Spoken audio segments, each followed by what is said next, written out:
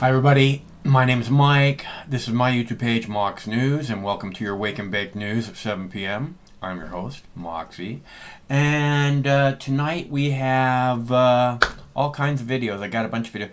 Actually, the vast majority of the videos are about Gaza. Go figure. I have a real problem with what's going on over there, and I have a real problem moving beyond it. I can't stand the idea of giving $23 million a day to Israel so that they can commit genocide with your tax dollars. I have a really big problem with that. Oh, and did I mention that all of their children get to go to college for free, right? $23 million a day buys a whole lot, doesn't it? Too bad that your children can't get $23 million a day. They'd probably be a lot better off, don't you think? But you know, Israeli children are much more important than your children, right? So I think I want to start off talking about UFOs, though. Do we want to talk about UFOs? We'll talk about UFOs in a little bit, but I do want to talk about UFOs. Very important discussion. UFOs are threatening all of us. We have to talk about the big threat from the UFOs. That have 100 to 1,000 year advantage on us over our defense systems. So we're going to have to really upgrade those defense systems, don't you know? We're going to be having to compete with 1,000 times ahead of us technology. So you better get ready to spend a whole bunch of money on defense, because this 50% of our national gross product just isn't enough. We need more. We need all the money you have. We need all of it, people. And if you can't see that, you're not trying. Okay, so I am ready for a bong hit. I don't know about you guys, but now seems like a pretty good time for a bong hit. Don't you think? So I'm going to go ahead and I'm going to heat up the bong. I'll play this video for you about people take this fish oil supplement. I'm not honestly sure why they take the fish oil supplement. I myself don't take any supplements at all, except for cannabis. But apparently it is contributing to problems with the heart. So if you have any kind of heart condition, you might want to pay attention to this. Or if you take fish oil, it might be interesting to you. I thought, someone might see it and it might help them make a difference in their world. Thank you very much for being with us. International concern grows for the civilians caught in the crossfire between the Israeli military and Palestinian Hamas militants in the Gaza Strip. The past 24 hours have been the bloodiest so far as the conflict enters a second week. A wave of Israeli airstrikes on Gaza City left 42 people dead. 3 buildings were destroyed. Gaza health officials say the death toll since the hostilities flared is now 198. That includes 58 children and 34 women. Scientists say new research should be a warning for companies and governments around the world to cut back on people's work hours. A new United Nations study found people who worked at least 55 hours each week were 35% more likely to suffer a stroke than people who worked 40 hours or less. Those workers with longer hours also had a 17% higher chance of dying from heart disease. The research team argues the findings are particularly concerning as more people work from home and jobs are becoming increasingly difficult to disconnect from. For years, people have taken fish oil supplements for their heart health, but a new study finds fish oil might do more harm than good. Researchers found people taking fish oil supplements saw little to no benefit in terms of reduced heart attack or stroke. In fact, the research team says fish oil appears to substantially increase the risk of other heart conditions, including irregular heartbeat. For that reason, the study author says patients at risk of heart disease should steer clear of fish oil supplements.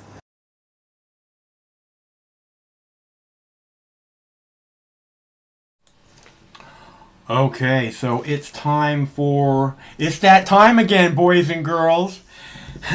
If you feel as I do, time to take a big fat dab. So simply follow me and do exactly as you see. It's a little hot still, so you don't want to take it if it's too hot. Word to the wise. So that being said, I didn't mean to play the Gaza video first. I'll get back to that momentarily. But I wanted to play the fish oil one again because it's just enough time to heat up the bong and such.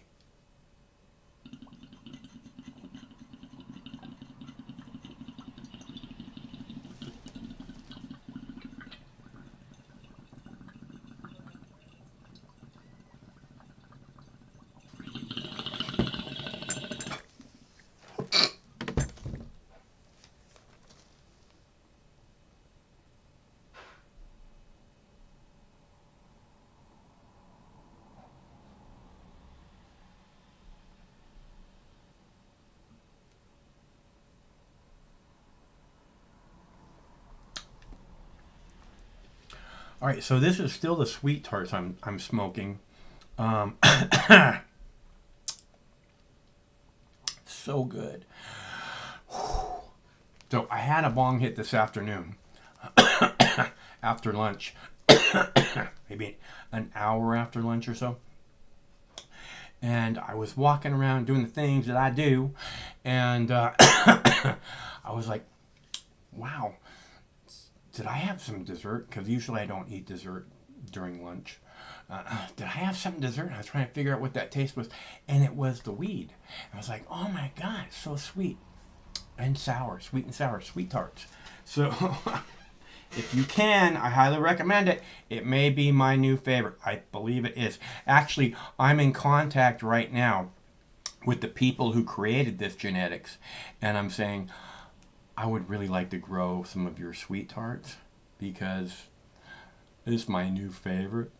So we'll see what happens. Hopefully after the summer. By the way, my little babies are all popping up, and I'll be publishing some videos soon. So that should be very cool. They're just about, this tall right now. I was worried that a couple of them hadn't actually sprung out of the dirt yet, and then today they're like poof. And I'm like, wee, yay! Okay, good. That being said, this is a call-in show, so if you'd like to call, the number's right there on the screen, 805-669-6397, 805 Mox News. Okay, so I want to talk about UFOs for a minute. Okay, you're going to see a lot of UFO stories on the news for the next 30 days or so. Okay, there's going to be, the Pentagon has said they will declassify all information, all the information they have collected over the last 50, 60, 70 years on UFOs. Just like they do with everything that they say they're going to release all the information that they have. Remember the information that they released on the plane crashing into the Pentagon plane? They released one blurry image of the plane crashing in the Pentagon. You remember how they totally released that for us? Meanwhile, they scooped up 30 videos, 30 security videos from people surrounding the Pentagon. What happened to all those videos? Oh, we disclosed everything we have. And what they're going to disclose is going to be like a bunch of blurry shit that nobody's actually going to be able to see UFO. That will be my bet. And what you're also going to see in these news stories that are going to be coming out about UFOs and the Pentagon disclosure is you're going to see military personnel come out and say how these things are a threat to us, how this is a major security threat, that their technology is 1,000 years ahead of ours, and that if we don't start looking at it like a security threat, who knows what will happen. And they'll tell you because these things have appeared outside nuclear missile facilities and such around other military things, and the military doesn't have the ability to do anything about it. Because they're so far advanced from us. But the thing is, is I think that if there was any threat there, they would have demonstrated it already. I think the real threat is in the Pentagon, and that these 1,000 years ahead of us people with that technology are letting them know by hovering over nuclear missile silos or coming around military ships that these things will not be functional to you when you think that you're going to use them. Which really bothers me that they don't do anything about Gaza or Somalia. I mean, you would hope that there would be some power that would make it so that this kind of shit is not possible. Like, this is exactly what the US is supposed to do, right? They love to talk about how they're the only superpower in the world, right? We're the only superpower, right? So if we are the only superpower, that means we have to stand up for the little guy, because we're the big guy in the world, and we don't want to get in a conflict with somebody else because they're in there, and then we roll up our big aircraft carriers. So but if there's a genocide going on, we should be the first people to step up and end it. Meanwhile, we give Israel $23 million a day, and they're slaughtering Palestinians with your money, which kind of makes it that you give your approval. And if that's and this is a representative government, that's why it is your approval. And if that's the kind of government that you want, don't do anything. If you want a better government, and I mean, Trump wasn't any better. There wasn't this thing, I don't remember, of heavily bombed Gaza, but I don't think that means it was better either. Because there's still the blockade of Gaza. The people of Gaza aren't allowed to go into the water and catch fish and feed their families. Century-old olive orchards are being bulldozed down that feed entire communities, and it's just horrible. I mean, freshwater wells are being poisoned in the desert. What kind of sick fuck does it take to do that? And how could you possibly ever move your children into this place that is going to be attacked, and we're the victims, right? If you're the victims and that's what's going to happen, why would you move your children there? Why wouldn't you move your children away from there? What kind of sick fuck keeps their children in the way of in harm's way, in the way of rockets? I mean, wouldn't you take your children out of a place like that? Wouldn't you think that anyone would if they had the opportunity? And I'm pretty sure these people have the opportunity. Hello, caller. Hello? Hello? Hello, Mark. What's up, G?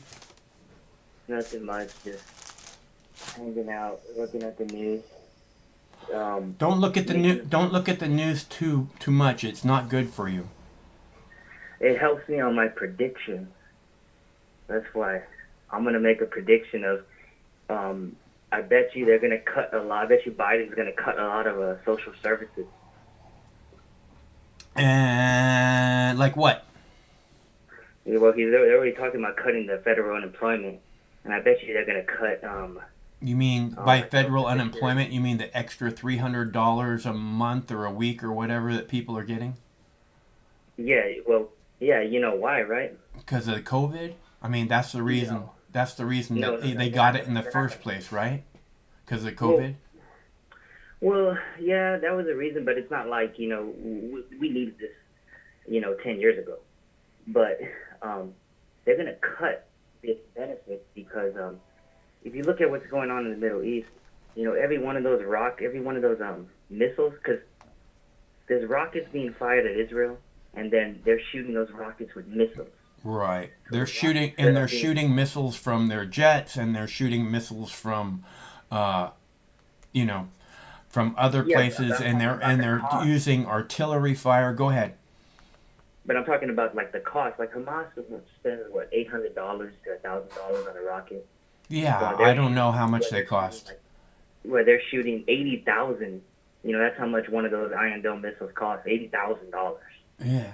You know, Well, that's what like two houses, two one bedroom, one bath houses right there. You know, maybe in Gaza, not in my neighborhood. in Texas, that's pretty good. That's $80,000. That's a pretty good chunk of change.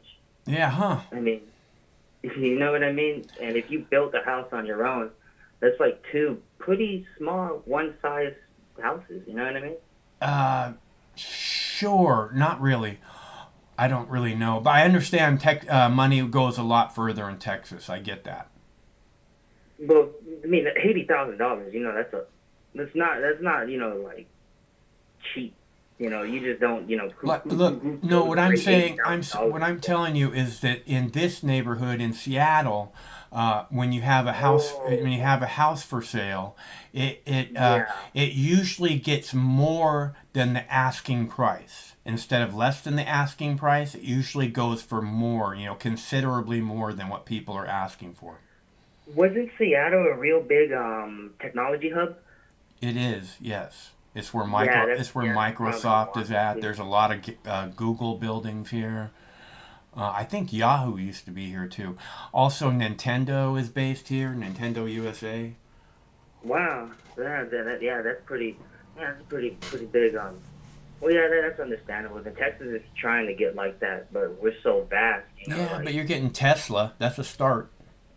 that is a start. That is a start. Hopefully, we get more. Because where I live in Texas in the South, there's like no economic investment in infrastructure hardly. Yeah, we don't have that anywhere, dude. That's the whole country. No, like it's funny because in my city, like we just like one of the main roads that we have just got like a sidewalk. Yeah. Yeah, people were walking in the street, dude, and it's not a small town either. You know what I mean? Yeah. It's pretty like it's a quarter million, and main streets, don't have fucking decent sidewalks. Yeah, this is what I'm saying though. I mean, everywhere the infrastructure is messed up. That's something really simple. You would think, that's not what I'm pointing out though. What I'm pointing out, and I hear what you're saying, this is what you see, but we're not doing anything with the infrastructure. They're debating $1 trillion infrastructure project, which has just a ton of pork in it from both sides, and they're trying to debate. It's not going to do anything for our infrastructure. Nothing. And, I mean, there's no reason to even pass that except for to look like they're doing something about the infrastructure. That's why this whole thing that's going on in Israel and Gaza is a good thing for us to look at. Like we like Israel to their people, to their own people, they give them a lot of free stuff. Dude. Yeah, They give them a lot of free stuff. yeah, That's backed by us. it's not a good thing for us to look at. It's really important to look at. If we're going to be, like I said, the only superpower, if we're supposed to be these people who care about other people, which clearly we're not. I said last week that if it was up to me, if I was president, I would roll an aircraft carrier right through the blockade in Gaza and say, yeah, that doesn't exist anymore. You guys go fish. Yeah. Here's a bunch Yeah, of fucking olive oil and everything that you need. We got your ass. We got you covered, and we got more supply ships on the way. Because that would end everything right there. If peace were to break out, then that's it. We wouldn't need to fund Israel's defense anymore. Yeah. Because everything's peaceful. Yeah. Nobody's fighting, But that's the one thing they don't want. That's why you see in America. What's the let me tell you why. Well, let me tell you why I want that. Because the minute an aircraft carrier rolls up to the blockade in Gaza, it will be attacked by the Israelis. It will be hit for hours and hours and hours by jets and other missiles and artillery, just like the USS Liberty was. And it will show the world what kind of friend Israel is to the world. Because, they think they can attack anybody. And they do repeatedly, including Gaza, including Syria, including Iran. Well, that's why in America you see them going after anybody that's trying to talk peace or like tolerance, or not the tolerance that you see on the left, the crazy like woke thing, but just people who are just like being like, well, what is their you know what I mean? Like, what is their story? Just basic humanity, yeah, just basic humanity, not the woke anything, just basic humanity. These are people. We need to care for people. Otherwise, we need to care for the whole planet. See, there's this giant lack of empathy in our species, and it's put there by fucking horrible, horrible pieces of shit. And no matter, it doesn't seem like we can get beyond it. I don't understand how it can be like this. You know, we're supposed to be these people that look out for everything on this planet. And there's a giant mass extinction going on. There's an island of plastic, a continent of plastic in the middle of the Pacific Ocean. Nobody's doing anything about it. You ever hear about that? Nothing. It's like nobody gives a fuck. Yeah, you hear about it. When was the last time you heard about it? You know? It's crazy because they like it's gotten so crazy out there in that plastic island that like they found the bacteria that eats the plastic. Like, yeah. It's been out there for so long, and it's just but it's crazy. Like with this thing that's going on, I think the narrative that needs to be pushed is like, you know, but that's our tax money. Right. You know what I mean? Yeah. That's our tax money. That's our money. Not only is it our tax money, but in it being, you know, us giving it to Israel, our tax money to the tune of $23 million a day, it's as if we're showing approval for them doing this. Yeah, go ahead. Do what you want to Gaza. We got your back. Here's another $23 million today to start your next day off with, you know? And then they turn around and say we can't have like $300 in unemployment or like food stamps or something. Yeah, that's a real like maybe it is the narrative, or I don't know, but I know people are seeing that. But what do you think? You think people are just scared? I mean, my belief is, and what I got is, people are scared because, like you said, if they're willing, like you said, if we pulled up an aircraft carrier, they would go bomb it. Well, you know, imagine if we don't support them. Imagine if you see like something happen here, like a shooting at a parade or school. No, here's what I imagine. I imagine, you understand, Israel has nuclear submarines, right?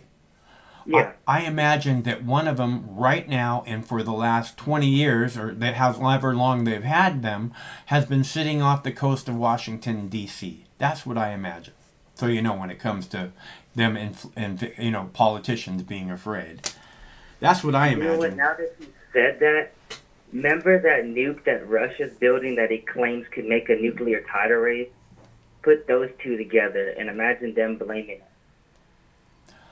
It's the whole scene is messed up. All this military spending needs to stop now.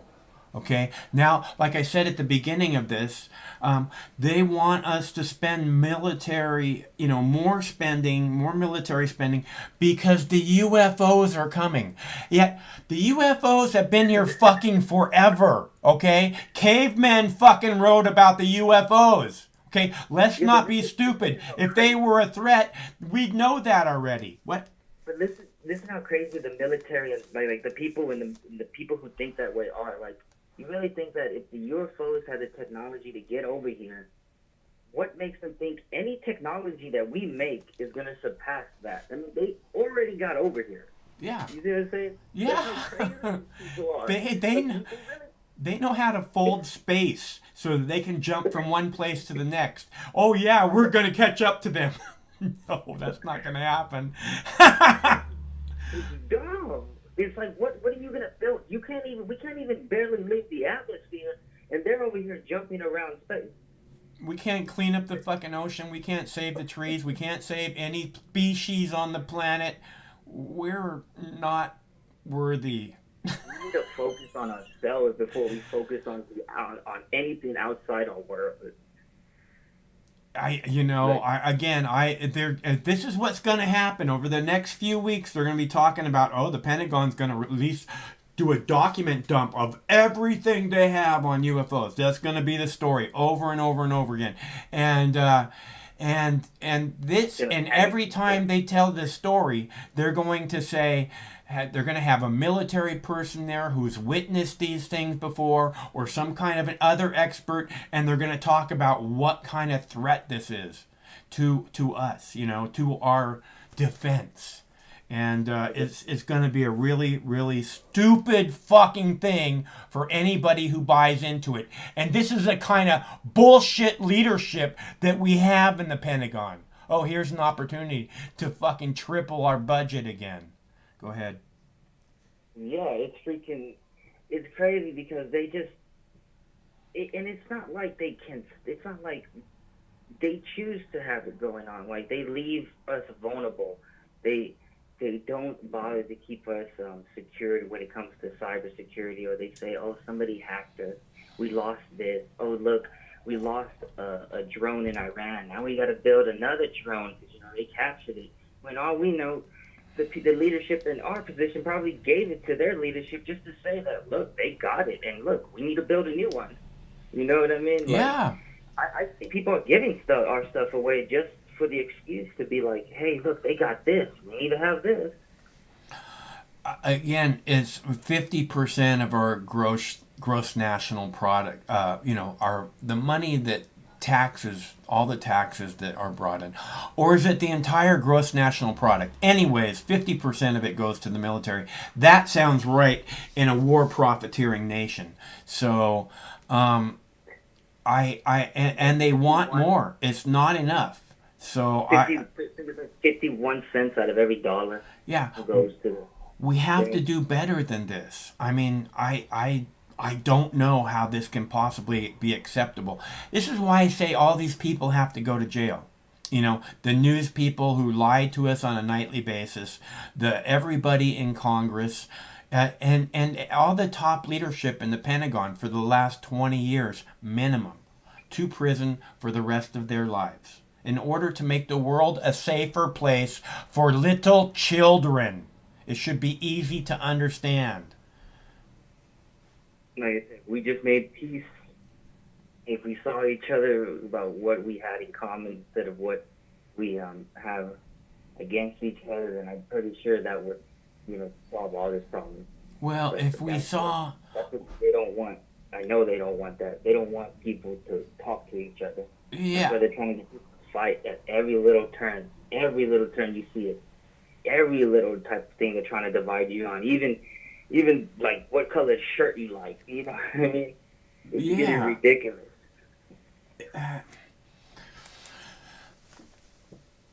They want us as divided as possible. And I don't think it's so much that we have to come together and recognize, what we have in common. But we need to recognize this one thing that we all have in common, which is the ever-expanding police state. They're the only threat to our freedom. And they've made it real clear that's true, and that it's going to expand and get worse. So, and we all have that enemy. Some people may think that the police state is good. Look at all the crime. We need more police state. If we just end the drug war, the crime would go away like 70, 75, 80%. And I don't know. It's so easy to figure that out. And it's so easy. I mean, there was a study done, Nixon, in the 70s, or 1968 or something, ordered that there be a study done on what would be the best thing that we could do for our society. And some of the top recommendations were loosen restrictions on drugs and pornography, because these things are natural and people have been doing them for 20,000 generations, or 1,000 generations, excuse me. And all of a sudden, it's illegal to be human. So it needs to stop, and you have to give people back their freedom. That's the short answer. Yeah, the drug war. Yeah, that's where the black budget is right there. That's where they get all their money for all these. Yeah. Over it up. Yeah, there's no doubt in my mind. The vast majority of heroin that's coming into this country from Afghanistan, the number one supplier of opium, is coming through the U.S. military. Legal and legal drugs. It's used both in morphine and heroin. Yeah. So it's like, my guess is the vast majority that's coming in to this country is coming in through the military or the CIA or their contractors, which are mercenaries paid guns to murder people. Your tax dollars. yeah. But one thing, like if we could leave on one note that we could all come together on, I just think this Israel-Gaza thing. Every time you look at that thing, and every time you see one of those Iron Dome missiles go up, just think $80,000, dude. Every time you hear explosion, that's $80,000 going after $1,000. And they never shoot off just one. Yeah.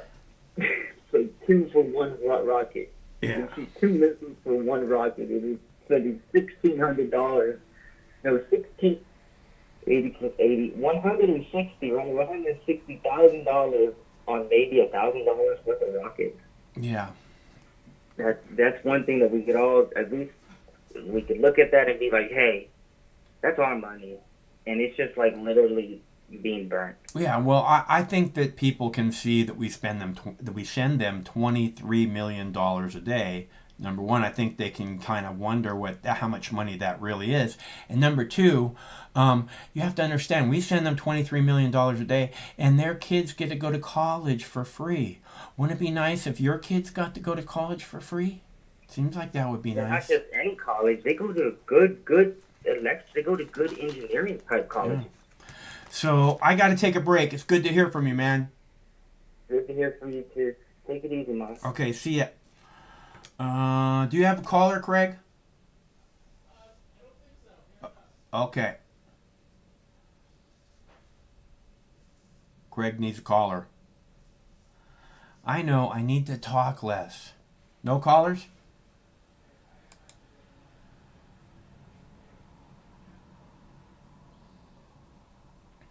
How about that Litecoin, Jackie Cat? Huh? How about it?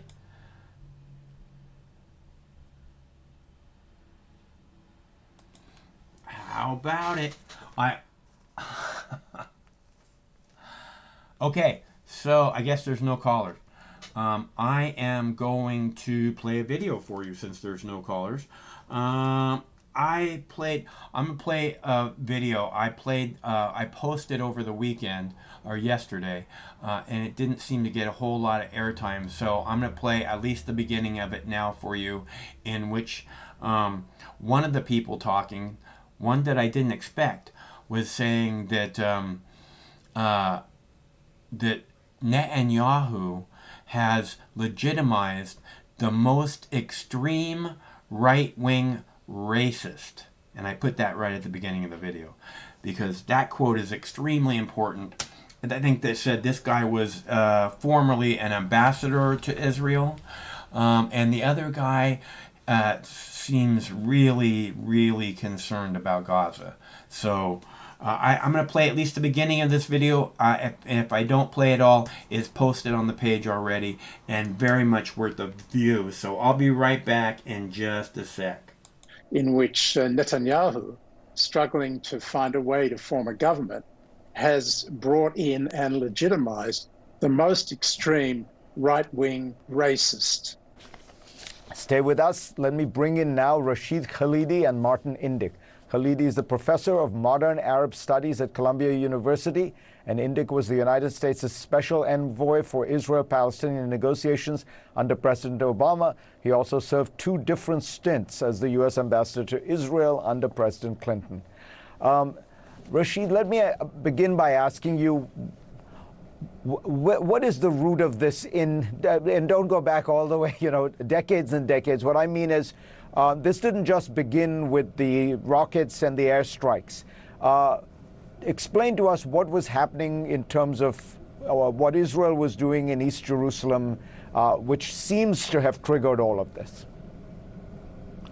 That is what triggered it. The assault on the Al-Aqsa Mosque, firing stun grenades and tear gas into the mosque while people were worshiping on a Ramadan night, and the attempted evictions, the dispossession, the expulsion of Palestinian refugees who had been settled in East Jerusalem in homes with which Jewish groups claimed, set everything off, as did the heavy-handed policing of the Israelis in the streets of the old city. But those are linked to older issues. I know people don't want to go back, but when people who are refugees from 1948 are being evicted yet again, it strikes a chord with Palestinians everywhere. Everybody in Jordan, in Israel, Palestinians all over the world react to this and understand this. And so each of these actions, the attack on the Al-Aqsa Mosque, on Ramadan, on a night of Ramadan when worshippers were actually praying, and other actions in Jerusalem, in each case raised for Palestinians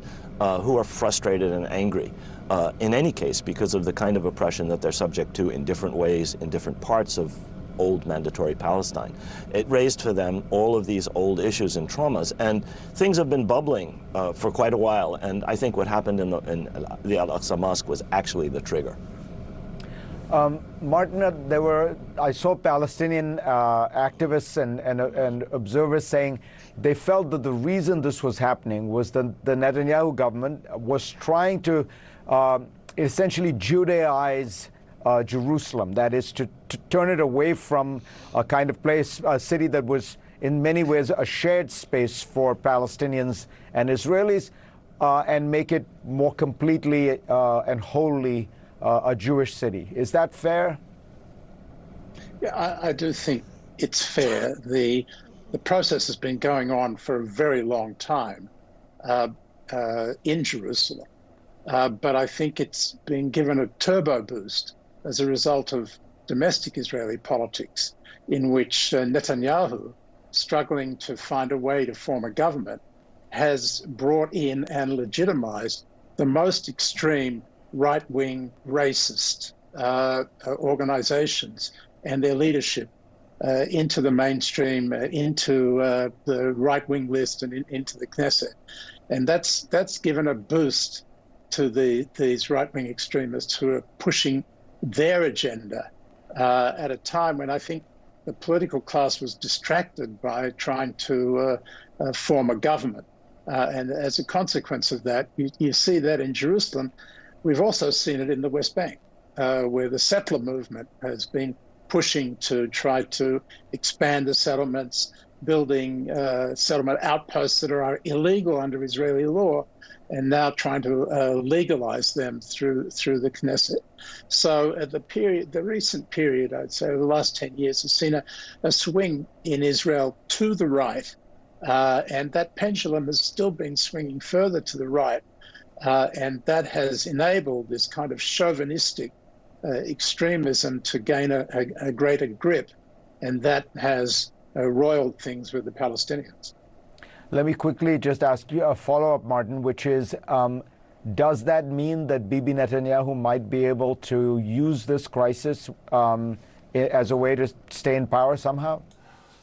All right, so I'm really tired of hearing this, bombing Hamas thing. Those guys didn't really say that, but they're saying over and over again on pretty much every channel, they're bombing Hamas, they're bombing Hamas tunnels, they said they bombed a tunnel the other day, and it was like 3 meters away from a kindergarten, which I'm sure there wasn't any kids in the kindergarten, but you know what I'm saying. I mean, the kindergarten is obviously no use to anybody anymore, or pretty much anything in Gaza. There's rubble everywhere. No cars are being able to drive. There's, food is running out. And Israel gets $23 million a day. If you're,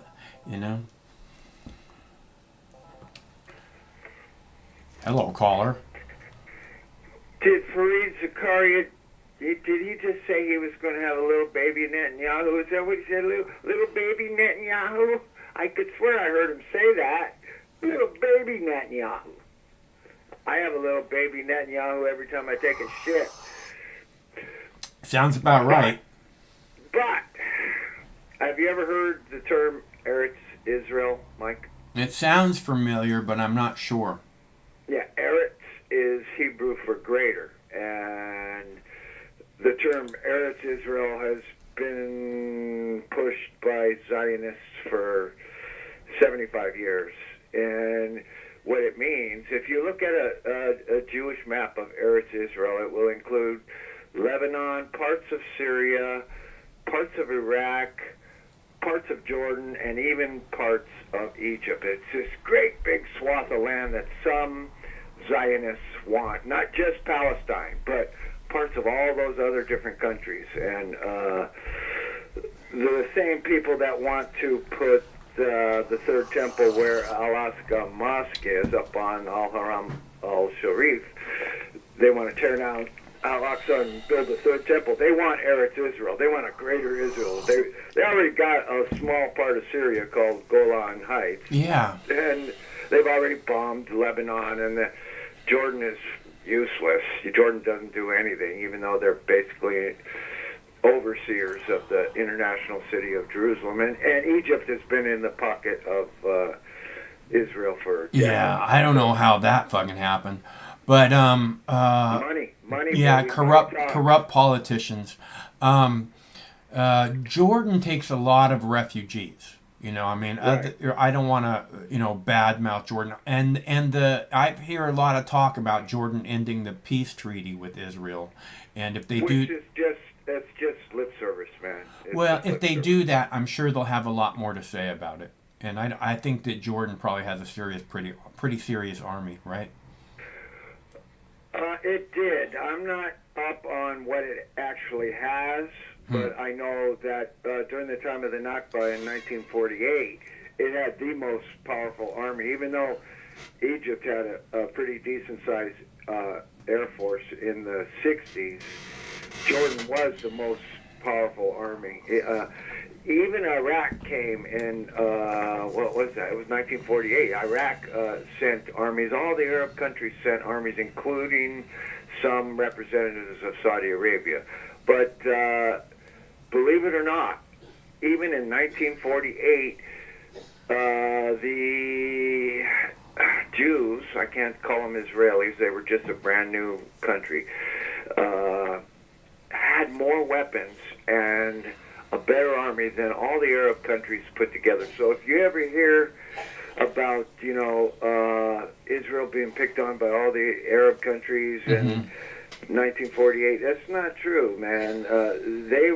They got weapons from the United States. They got weapons. Didn't they almost immediately go to war with Egypt also, something like that? I thought that they went to war with Egypt right away. Well, when the Nakba happened and they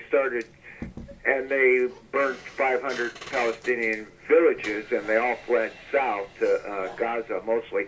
Some of them fled northwest to Lebanon, some of them fled north to Syria, and some of them actually went to Jordan.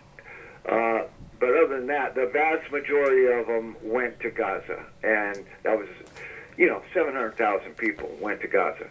So I don't know where Jordan's at as far as its military capability.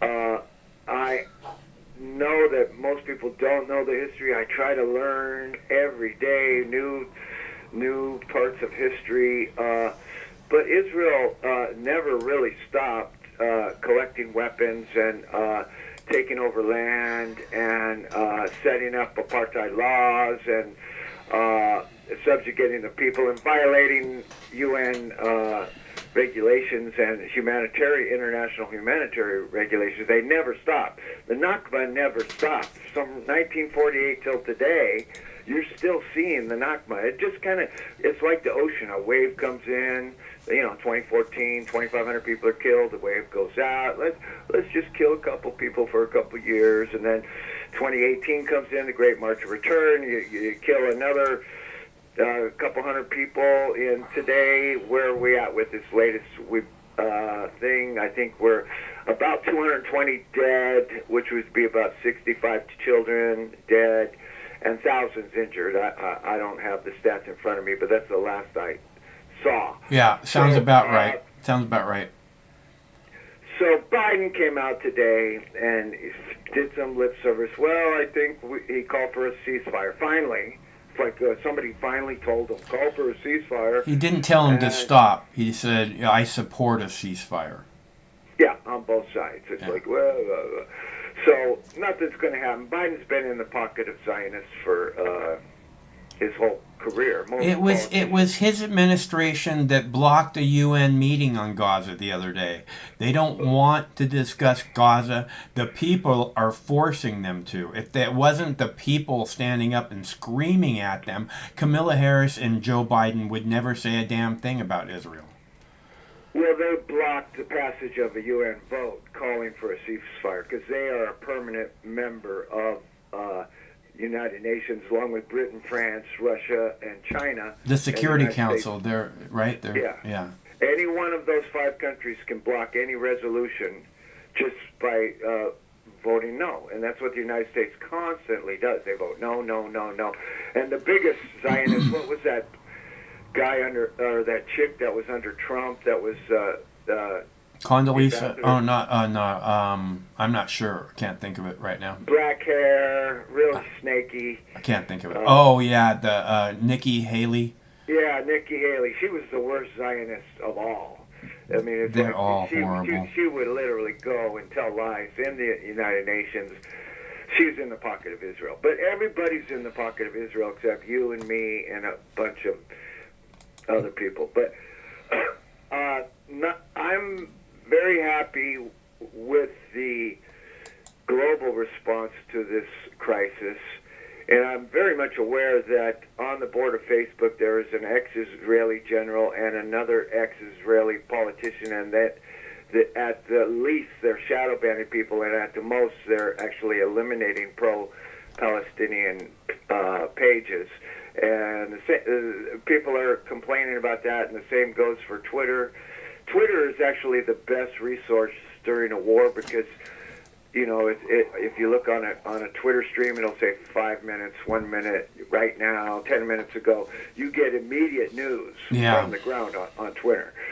So that's where I go for my immediate, who was blown up where. But, Israel, I think, is either the 3rd or the 6th largest weapons manufacturer, producer on the planet. They sell, I don't know where they stand, 3rd or 6th or something like that, but they're way up there. To Canada, every year they sell $88 million worth of weapons. To the UK, they sell $78 million. They sell back to the United States $183 million of weapons every year. To Italy, $166 million. Azerbaijan, $789 million. Go figure that, man.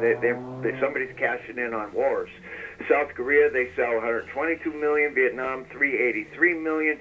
Singapore, $62 million. To India. Now, India is a particular case. They sell $2.094 billion worth of weapons.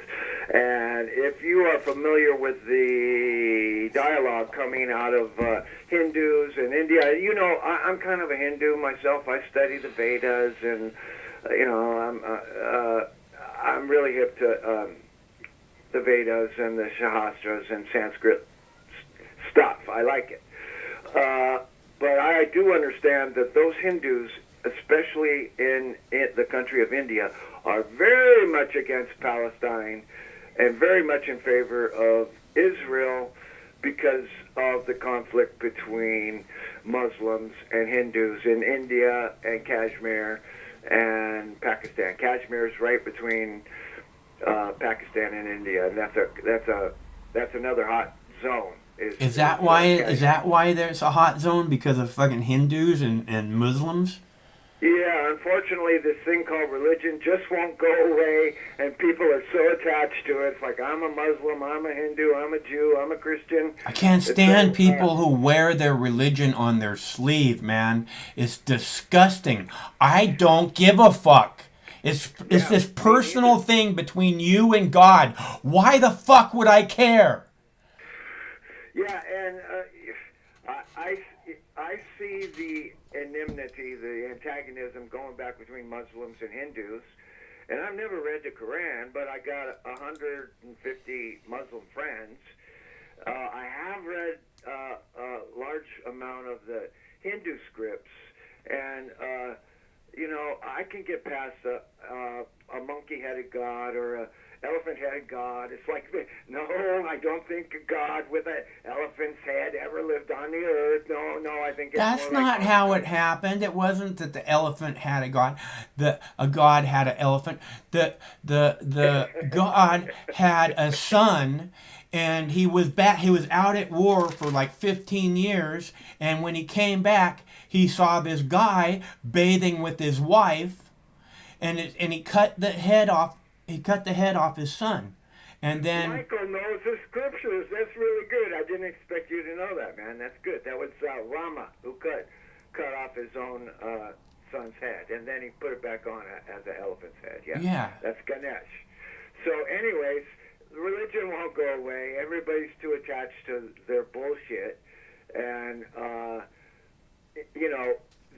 Israel sells $2,094,000,000 worth of weapons to India, and India is not in support of Palestine or Palestinian rights, despite the fucking fact that they were under British rule for 150 years.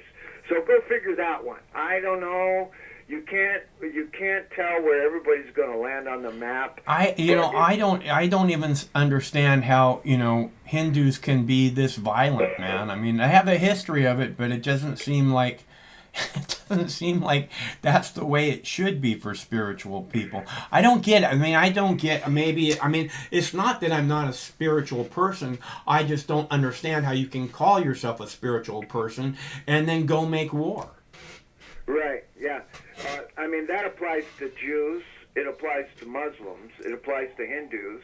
It certainly applies to Christians. Look at the history of Christianity. Nothing but war. And then you've got an overlap in between societies and the religions that are in those societies. So you have secular Muslims, secular Christians, secular Jews, secular Hindus.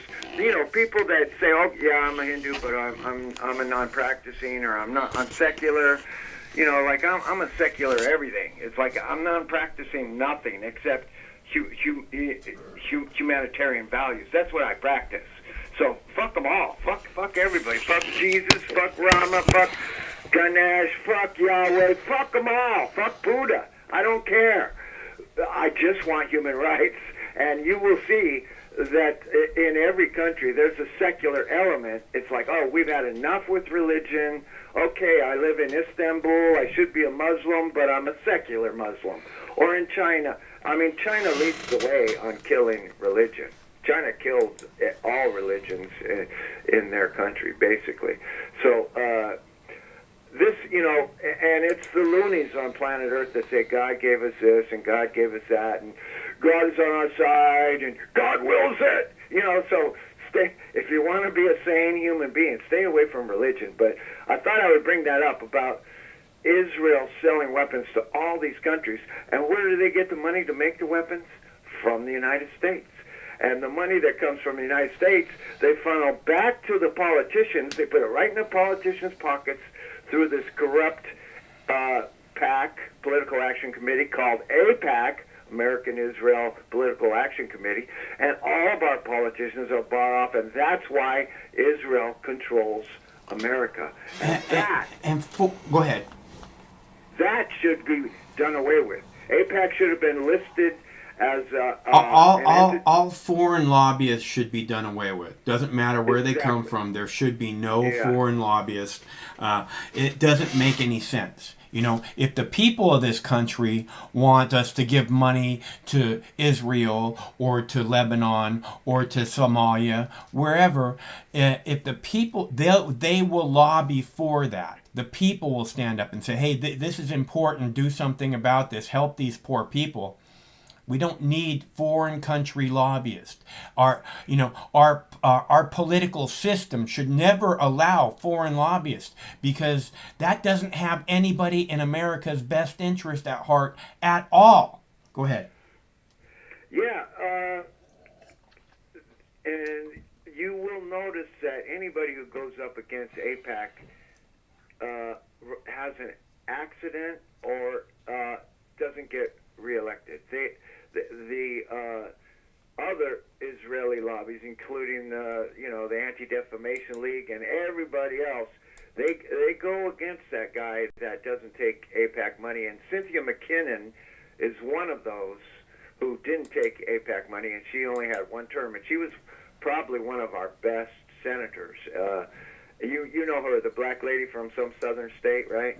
I know Cynthia McKinney. She went on to do a lot of speaking even after she left the House of Representatives. Yeah, well, she only had one term because she spoke up against AIPAC, and we should get rid of AIPAC and all money in government, and only then will we maybe have a government represented by the people instead of by the corporations and the pharmaceutical lobby, the weapons industry, the chemical industry, the Israeli. That's exactly right. Can you imagine if it was illegal for the pharmaceutical industry to have lobbyists, right? Imagine that, and now imagine, again, that if it's important to the people of the United States, these people, we the people, these United States, if it's important to them, they will lobby for it. So imagine how fucked the pharmaceutical company would be because nobody's going to lobby for more pills, right? So, but they might go, hey, we need some real medicine. Get us goddamn cannabis freedom and do it now, So that's the kind of thing that the people lobby for, freedom. This is why we have to fight for individual citizen rights to grow and sell cannabis, because the corporations are already in the cannabis industry, and they don't care about the people. They just want to make a buck. Yeah. And pretty soon they're going to make it illegal for you and me to grow, and you can only go to the corporate store and buy the corporate weed, and you got to pay. You got to get your permit, and then who knows the ways they can pervert this sacred art of growing marijuana. I mean, that's just one issue, but we wouldn't have an opioid crisis right now if there was no pharmaceutical lobby. We wouldn't have drug addicts everywhere if there was no pharmaceutical lobby. We wouldn't have doctors pushing these fucked up pharmaceutical drugs all the time if there was no pharmaceutical lobby. And that's just one of 25 different kinds of lobbies. You got oil lobbies, you got the weapons manufacturing lobbies, you got 5 or 10 lobbyists for every congressman in Washington, walking all over the halls, everywhere. It's a freak show. And your government is bought and paid for by corporations. And that's why I was against Citizens United, which, if I can quote Mitt Romney, said, corporations are people, my friend. But no, they're not fucking people. And money does not mean free speech. Because, one man, one vote. That's the way I go for it. Fuck the corporations. They can outspeak us because they got more money than us. They got lawyers. They got lawyers that are professional speakers, or snakes. They can sell snake oil to anyone. Oh yeah, I'm Harvard educated. Go ahead. They can funnel millions of dollars into their pet project. Whether it be sign this for the pipeline, or sign this to make this drug legal, or sign this to annex this piece of land somewhere. Millions and millions of dollars. Say they spend $30 million lobbying Congress. The congressman goes and pushes and passes some dumb fucking law, and then that corporation gets a tenfold return on their $30 million investment. It's good. It's a good investment to buy congressmen and buy senators. It's a good investment.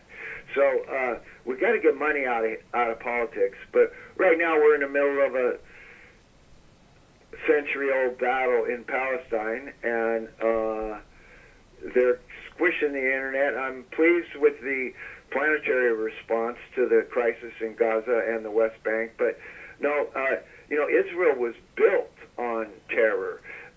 Israel was killing, when the British Mandate was going on in the 1930s, Israel was killing the British soldiers and killing whatever small amount of Palestinian resistance was there. They had 3 main gangs, the Irgun, the Haganah, and the Stern Gang, Right. they assassinated. Yeah, but I mean, really, all we need to know about that, I mean, all we really need to know about who Israel is the USS Liberty, right? I mean, we don't need to go back 100 years and talk about assassins and stuff.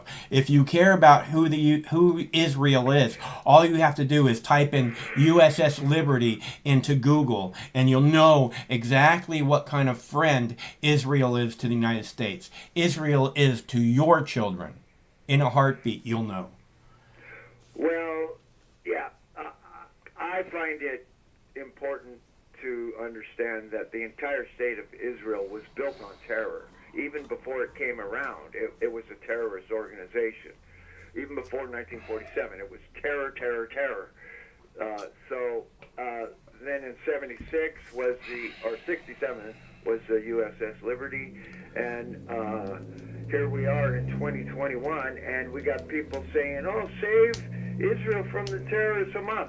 Hamas is the legally elected government of Gaza, legally elected. They're not even on the terror list anymore, as far as I know. They were removed from the terror list, unless Trump put them back on. Maybe Trump did. I don't know.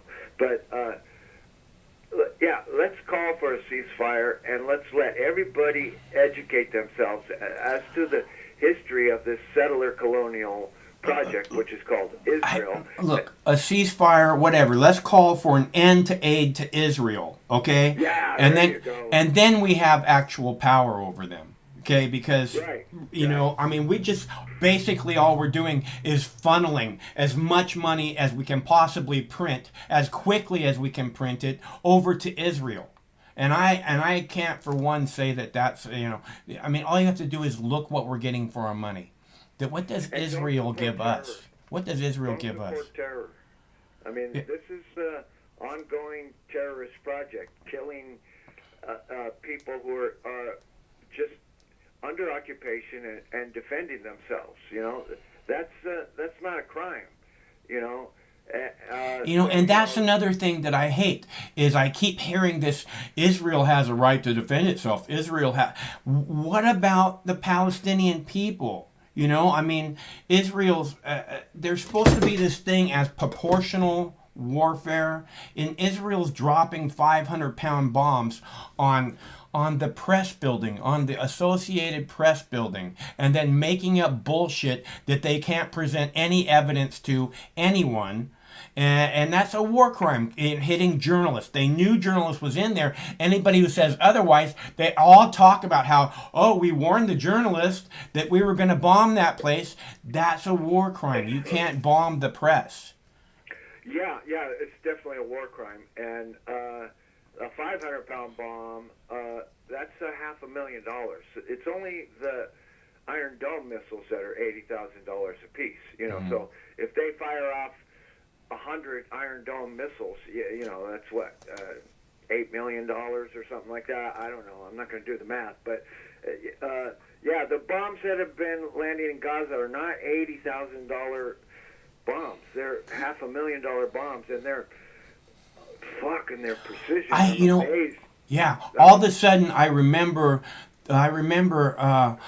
this time when Israel was bombing the fuck out of Gaza, and they were running out of those fucking $500,000 bombs. Obama rushed new weapons to them. Again, the biggest liberal ever, you know, rushed missiles, these fucking bombs, so they could continue to bomb Gaza. So anybody thinks that this isn't being done, you know, with your tax dollars in your name, you don't care. Yeah. Israel couldn't exist without the United States, and the United States is essentially owned by Israel. And I do understand the majority of the situation, but how people could buy into this scam that one religion is superior to all the rest, and we got to support that religion, and blah blah blah.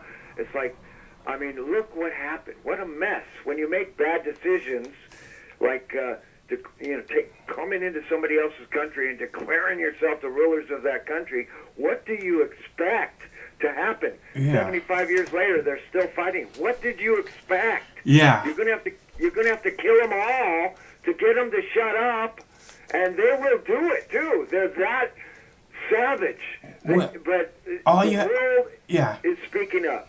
All you have to do is look at what, okay, I talk about this with politicians all the time.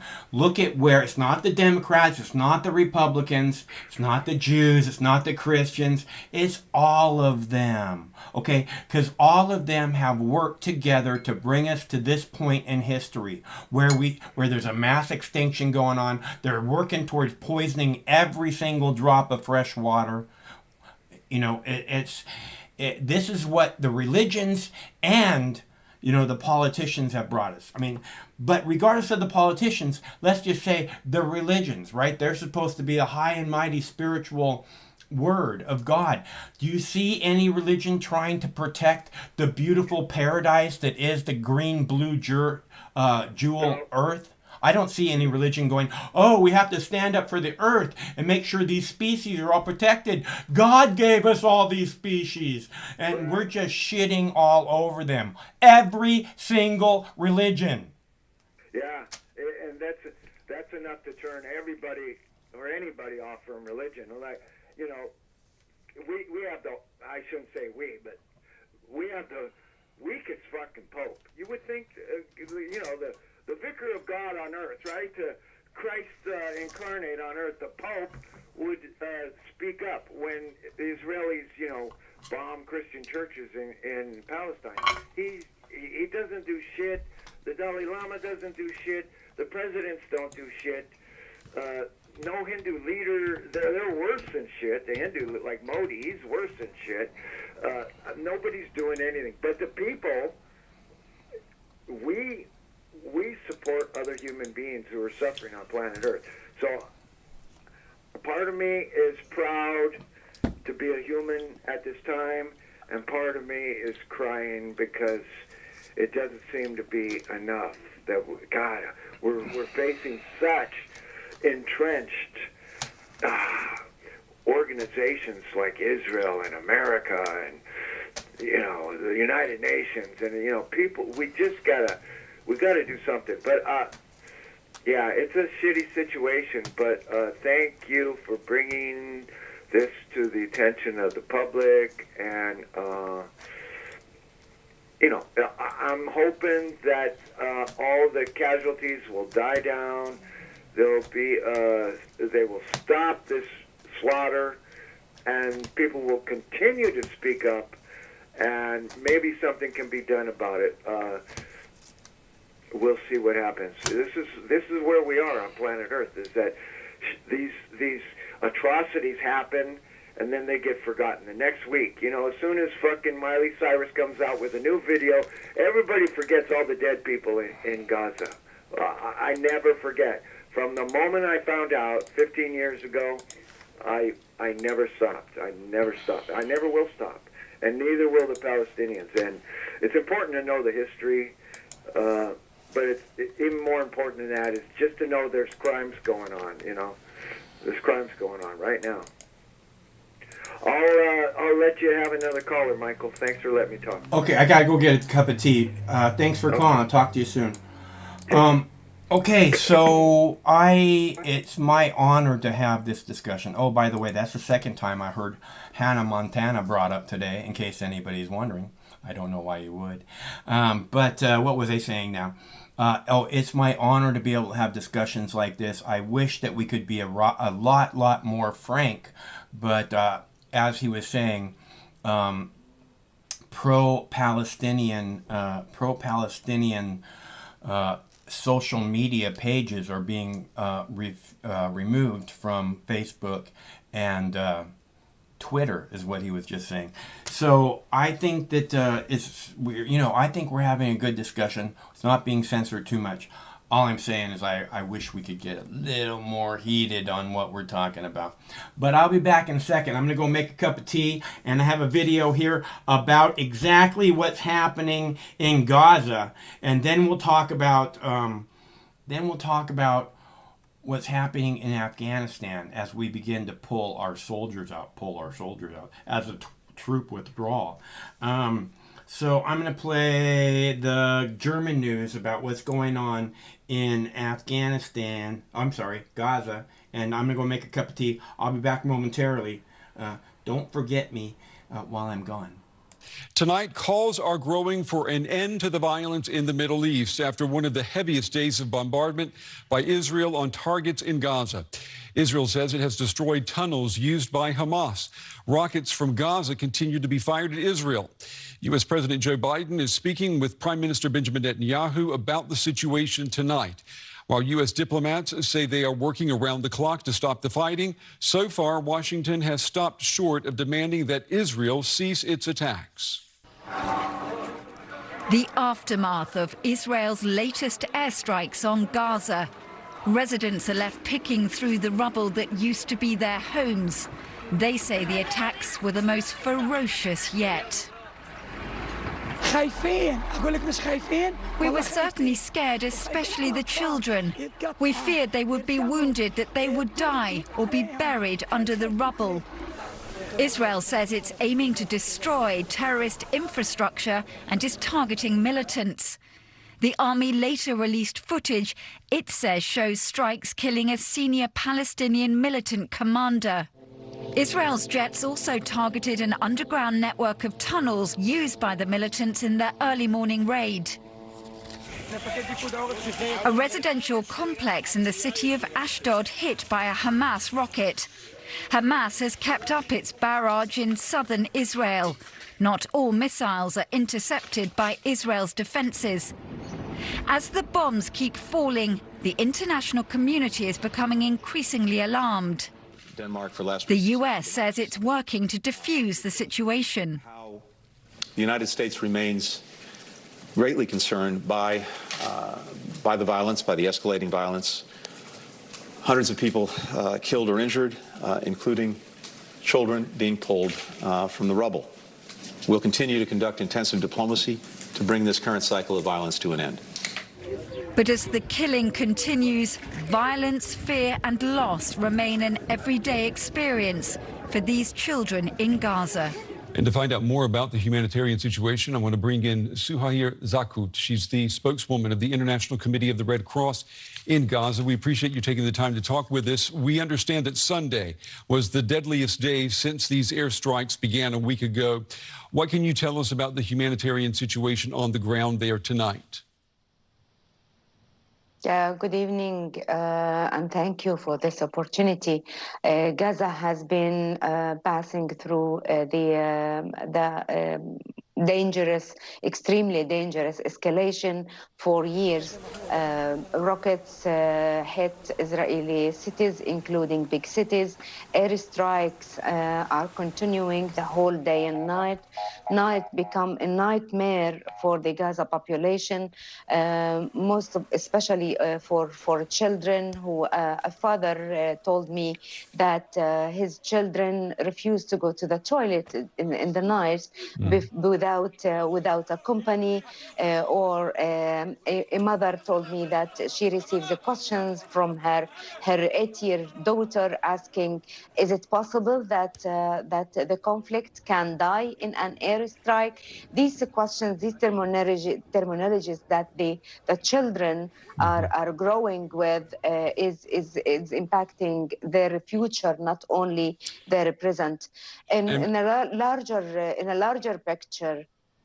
Yeah, I was going to ask you,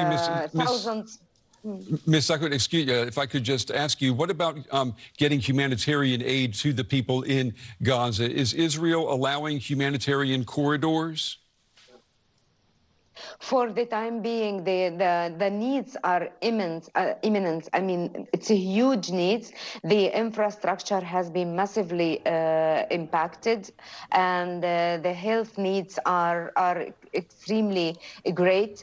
In the International Committee of the Red Cross, we managed to help the Gaza hospitals with medical items that enough to treat 150 seriously injured people. We also supported the Palestine Red Crescent with medical items and service providers of water, electricity service providers with repairs to do repairs to get back the services to the population, either to be electricity or or water. Yes. We know that corona is still there, and Gaza has been hit hardly by the virus, a second wave a couple of weeks ago, having more than 40,000 displaced people going to schools or to other places. What We about know the those? nature of the virus, how contagious. But for the humanitarian aid, for the time being, the crossings are closed of Gaza. Ms. Zakout, Ms. Zakout, yeah. what about the 40,000 Palestinians that you mentioned, the people who have been displaced in this fighting? We know that the Gaza Strip is densely populated. Where are these 40,000 people going? For the time being, according to UNRWA, they are at UNRWA shelters, at UNRWA schools, and the UNRWA is dealing with these displaced people. There are also other people who fled to the Palestine Red Crescent Society, and the Palestine Red Crescent Society is helping them with the food items and hygiene items.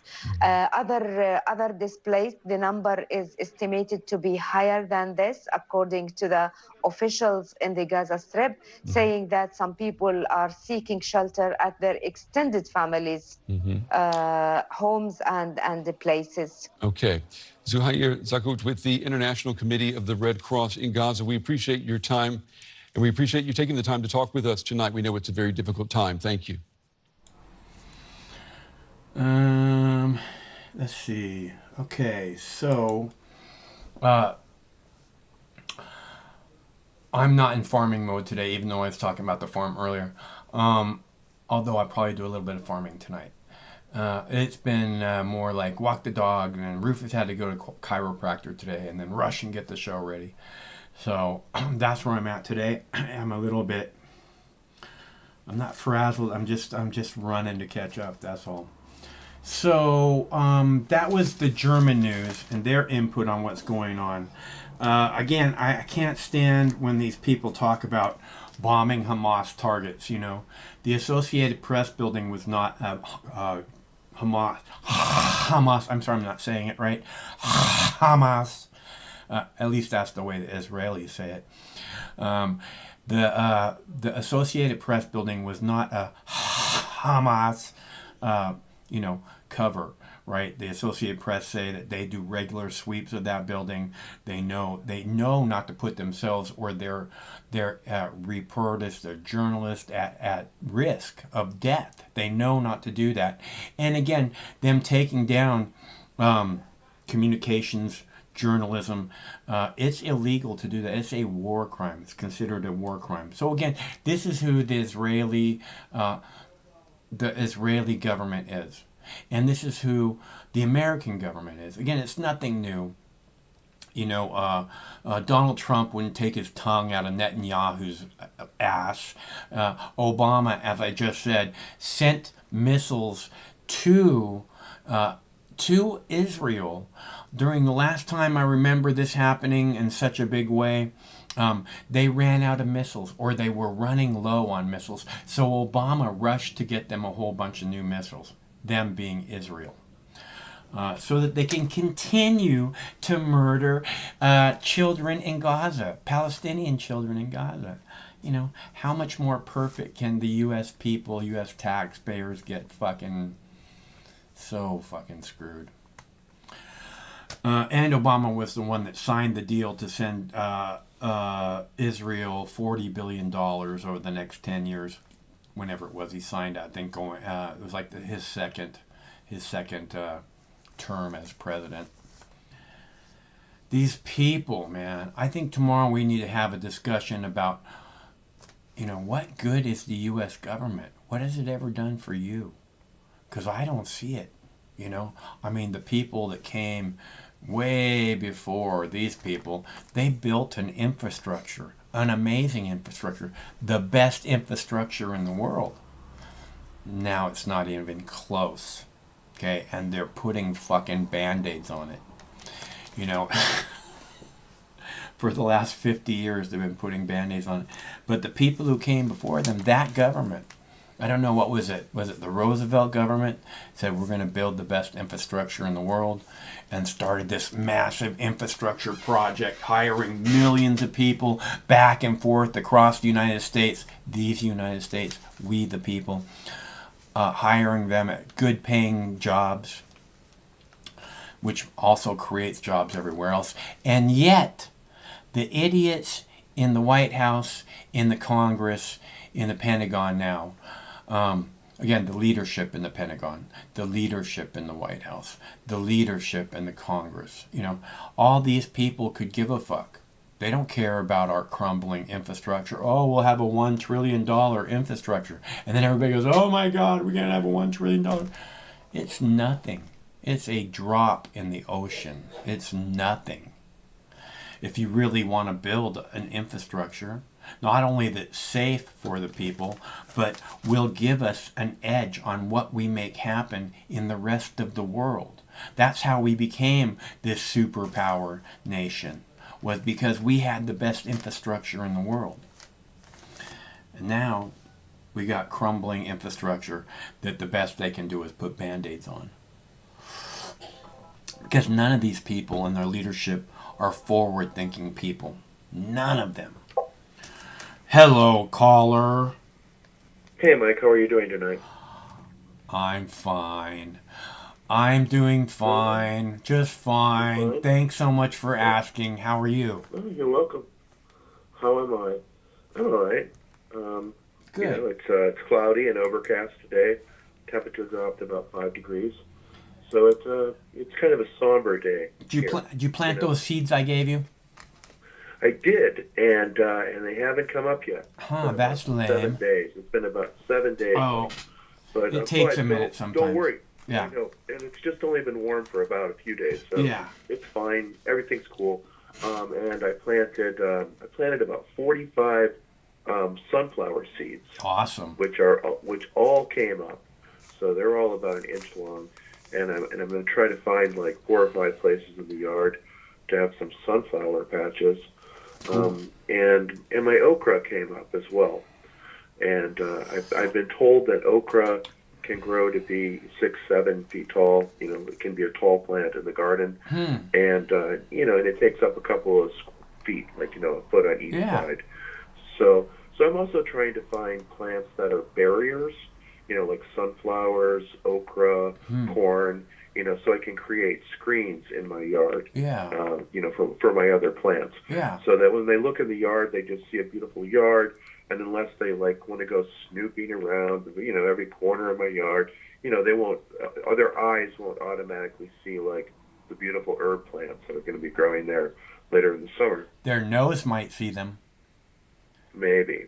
But that doesn't matter because people smell pot all the time. Yeah, that's true. City, so I'm not worried about that. Yeah, we were driving today, coming back from the chiropractor, and there was a trailer and a truck driving in front of us, and I got this big whiff of skunk, and I was like, "That trailer's full of weed."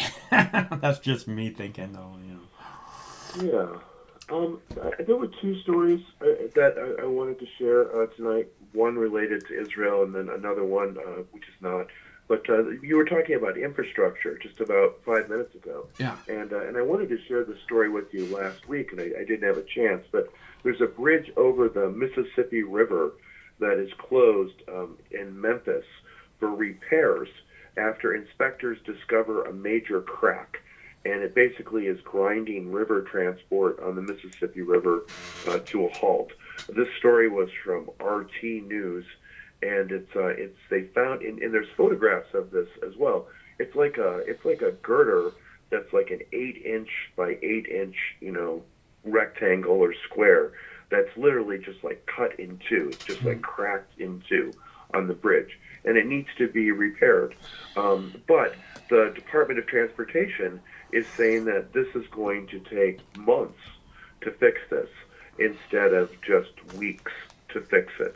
And the implications are one crack in this bridge could have national implications. Tennessee is bordered by 8 states, and more goods are moved by truck through Tennessee than through any other state in the country. 500 million tons of shipped goods, including petroleum, grain, iron, and steel, are moved along the Mississippi River each year. and they stopped traffic over the bridge, not allowing people to use the bridge. They have to take a bypass, and also it backed up traffic, on the Mississippi River right there in Memphis. So, why is this a big deal? Because you were just talking about infrastructure, and according to the American Society of Civil Engineers, they say there's 46,000 bridges that are structurally deficient in the United States. Aside from the most deficient cases, nearly 231,000 bridges in all 50 states are in need of repair. And according to some institute, the ASCE, they estimate it will take until 2071, 50 years, at the current rate of investment. Okay? So that's how much it's going to cost. I mean, that's 2071. That's hilarious. If we just keep, fucking around like this, right? And this is what I keep saying, this fucking $1 trillion infrastructure that they all have their hair on fire about, it's nothing. It's going to do nothing for any of us, okay? And you need to think realistically about what's being left after us. Go ahead. You're absolutely right, Mike. It says, so the numbers from the American Society of Civil Engineers, that's that group, said 46,000 bridges are structurally deficient, meaning they need to be replaced, and 231,000 bridges are in need of repair. But this is what Joe Biden's infrastructure bill is actually going to do. $2.2 trillion targets 10,000 bridges, plus 10 most economically significant large bridges for repair, and would allocate just over $600 billion to physical infrastructure, or $115 billion in handouts to Amtrak, road safety initiatives, and other projects stretching the definition of infrastructure are taken away, a far cry from the $2.6 trillion this Association of Civil Engineers says is needed. So I'm sure it's like $2.6 trillion a year for many years. It's just that's what it's gonna that's what it's gonna take to begin a real new infrastructure project, just to start without any pork. It's just like, okay, we're going to start to lay the foundation, which means, you start. But we have to have a new infrastructure. This one cannot be rebuilt. There's just no way.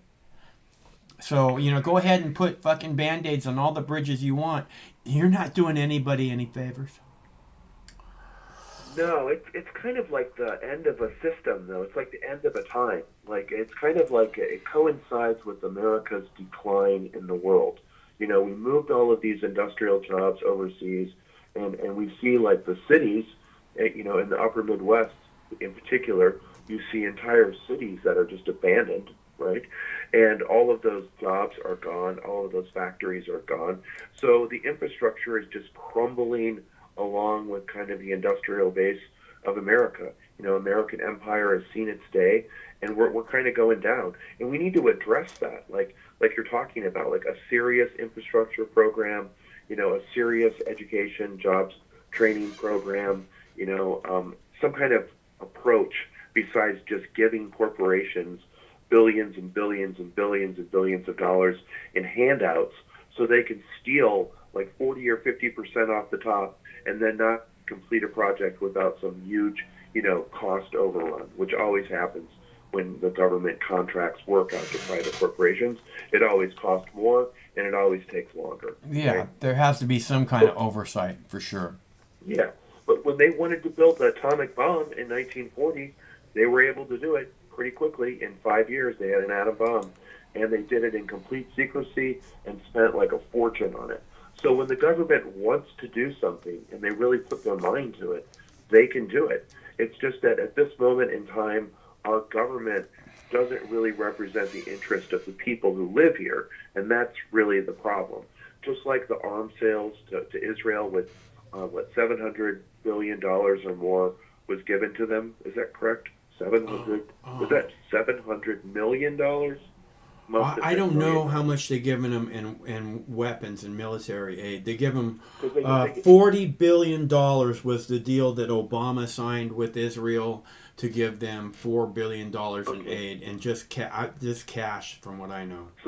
So I've heard different numbers, but $2.3 billion in military aid sounds about right, which means that this latest transfer from Biden is like over $700 million specifically for missiles, probably like the types of missiles they're using to strike these apartment buildings with those F-16 airplanes, which were made in the United States, probably something like that. So, so instead of like fixing a bridge in Tennessee that needs to be fixed where like all of this traffic goes, instead of like saying we're going to do that in 3 weeks, like I bet in China they would build the whole fucking bridge in 3 weeks. They would close the river and they would like come back 3 weeks later and there'd be like a new bridge, except for it would be like shiny and there'd be people with towels like shining it and it would work. Right. And it would have all kinds of lights on it. It would light up at night and you'd go, wow. It would be, China has a very fucking nice infrastructure, and it's just, and they're spending lots and lots of money on it to continue to make it even better. What was that? Yeah, maybe even with like a high-speed rail line right next to the road as well. Yeah. When they rebuild the bridge, putting new infrastructure in its place. So that was one story just to highlight. You were talking about infrastructure, and that's just bridges, right? That doesn't include roads. That doesn't include airports. Yeah. It doesn't include buildings that have been neglected. It doesn't include like all of the other things that make up infrastructure in our country. And we still don't even have like basic infrastructure that people use. Like I don't understand why Wi-Fi isn't just free, right? Obviously, it's not free. It's the same reason electricity isn't free. How do they make any money off of it? Yeah, they make fucking money. But like we have technology now where the city, like in Seattle, they can put on top of buildings, devices that would transmit Wi-Fi signals to create a cloud over the entire city, so everybody in Seattle could have free internet service, pretty fast service, and it could be run by the city and would be a pretty inexpensive service, right? As opposed to the whoever it is that's providing that, if it was T-Mobile, let's say, is smart enough to do that, they could make way more money than it cost them back in advertising and shit like that. Yeah, like here, for example, in Olympia, our power company is owned by a multinational company from Australia, and they own like the Puget Power down here in South Sound. That should be illegal also. It should be illegal for foreign entities to own anything that's infrastructure, basic infrastructure. Well, yeah, that's what I was going to say. It's that we can't live without. That's part of the infrastructure that we can't live without. Like I understand China's buying up all the harbors and stuff like that. Yeah. So the other story was about Israel, and this is about the Red Crescent's office in Gaza being targeted by an airstrike. The story was from Al Jazeera, but that guest that you just had on about maybe 15 minutes ago, she was a representative of the International Committee for the Red Cross, and of course the Red Crescent is basically the same organization. It's like a neutral medical organization that provides medical help to people. Right. And Israel targeted the Qatari Red Crescent's Gaza office was targeted. 2 Palestinians were killed, 10 injured as Israeli air raid strikes struck the headquarters of the Qatari humanitarian group. So they are striking places that are organizing doctors and medics. That's another war crime, by the way. Go ahead. To respond to this humanitarian crisis. So just to put it in context, they tore that office building down where Al Jazeera and AP had their cameras fixed on the roof, and they had offices in those buildings so that the international community wouldn't be able to see live pictures of actually what was happening, or fewer people could see, right? I know everyone has a cell phone, but fewer people, reading the newspaper, watching television, are going to see actually what's happening. And now they're targeting the Red Crescent, which is a humanitarian organization designed to help people who are victims of war. It's just what these people are is they're monsters, right? I mean, it's cut into eye. The Israeli government anyone that would do that, that's trying to help people. I remember them hitting hospitals last time. I remember this big operation going on too, which is another war crime. You can't just. I remember them hitting a bomb shelter or a safe spot where they told everybody to go to this UN compound, all these women and children, and they bombed that. Okay, this again. They told them, go here and you'll be safe, and then they bombed it. Okay, this is who we're dealing with. Yeah, and if I'm correct, they also dropped like white phosphorus on people in a refugee camp, in Palestine, in Gaza. So what is white phosphorus? It's just like liquid metal falling from the sky that cuts through anything that it touches. Yeah, that's another war crime. You're not allowed to use that. Mm-hmm. So, of course, it's our government that is like the one government on that UN Security Council that's stopping any kind of movement in the world about this. Yeah. And apparently, for 3 times in the last week, we blocked the UN Security Council from putting forth a resolution about this issue. And we claimed, as a nation, the United States claimed that they were going to intervene in good faith between these two parties. That is absurd on its face. And maybe it does kind of show the absurdity of the UN Security Council as well. Like Mike was saying earlier, it only takes one country to obstruct and stop everything from happening in the world. And one country does that again and again for Israel. Guess who? And we do it. We do their bidding. Yeah, that's right. And anybody who, I don't know. And it's also amazing to see the liberals be silent on this. Yeah. I'm sure. I know there is coverage on CBS News and at CNN. They really can't avoid discussing this because it's being discussed all over the world, right? The networks are looking at it from different perspectives, but regardless, they can't avoid the subject because it's such a horrific scene that's unfolding. Did you hear about the news in Alabama?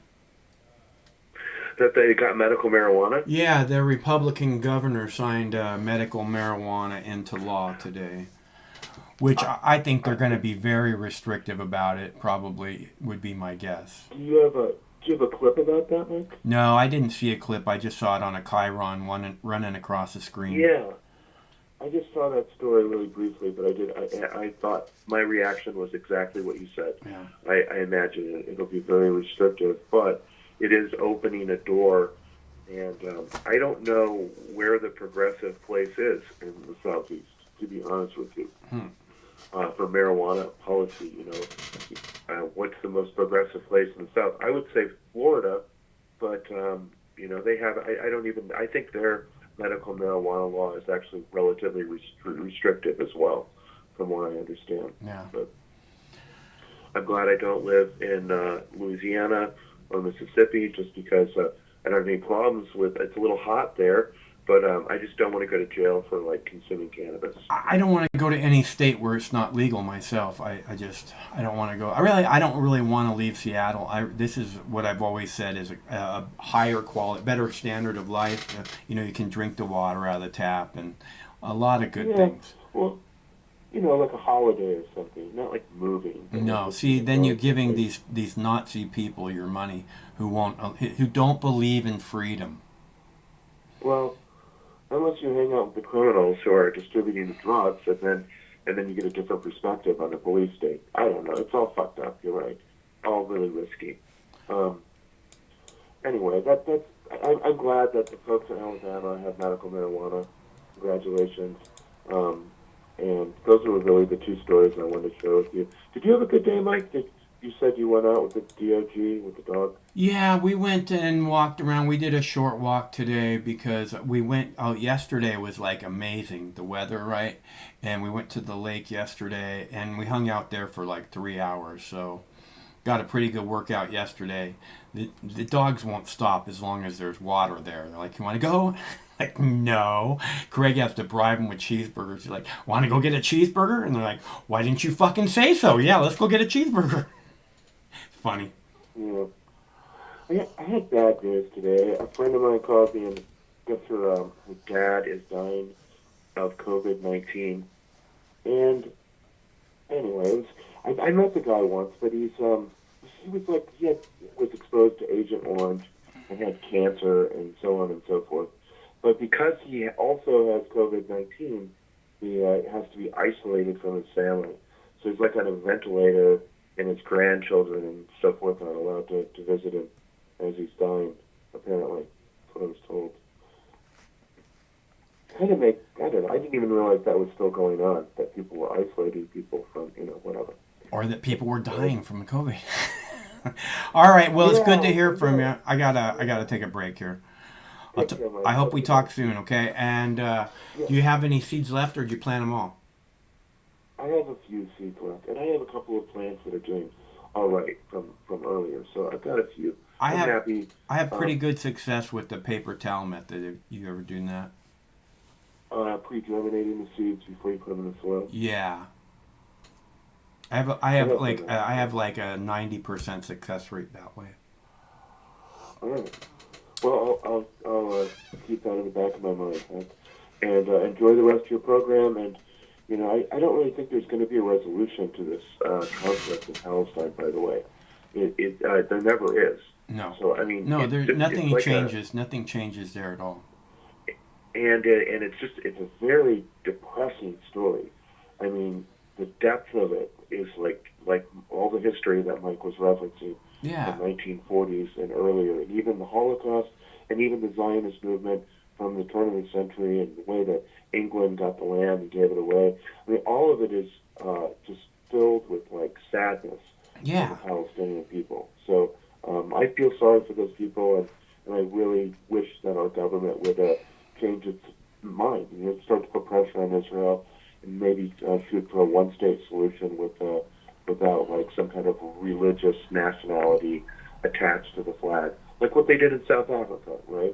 South Africa was an apartheid government, and they changed that. It's not an apartheid government anymore, and now they have multiple parties, and it's just one country, South Africa. Yeah. And the same thing could happen in Palestine, but I don't think it's going to happen for a while. Yeah. All right, Mike, I'll talk to you another night. Okay, thanks for calling. Talk to you soon.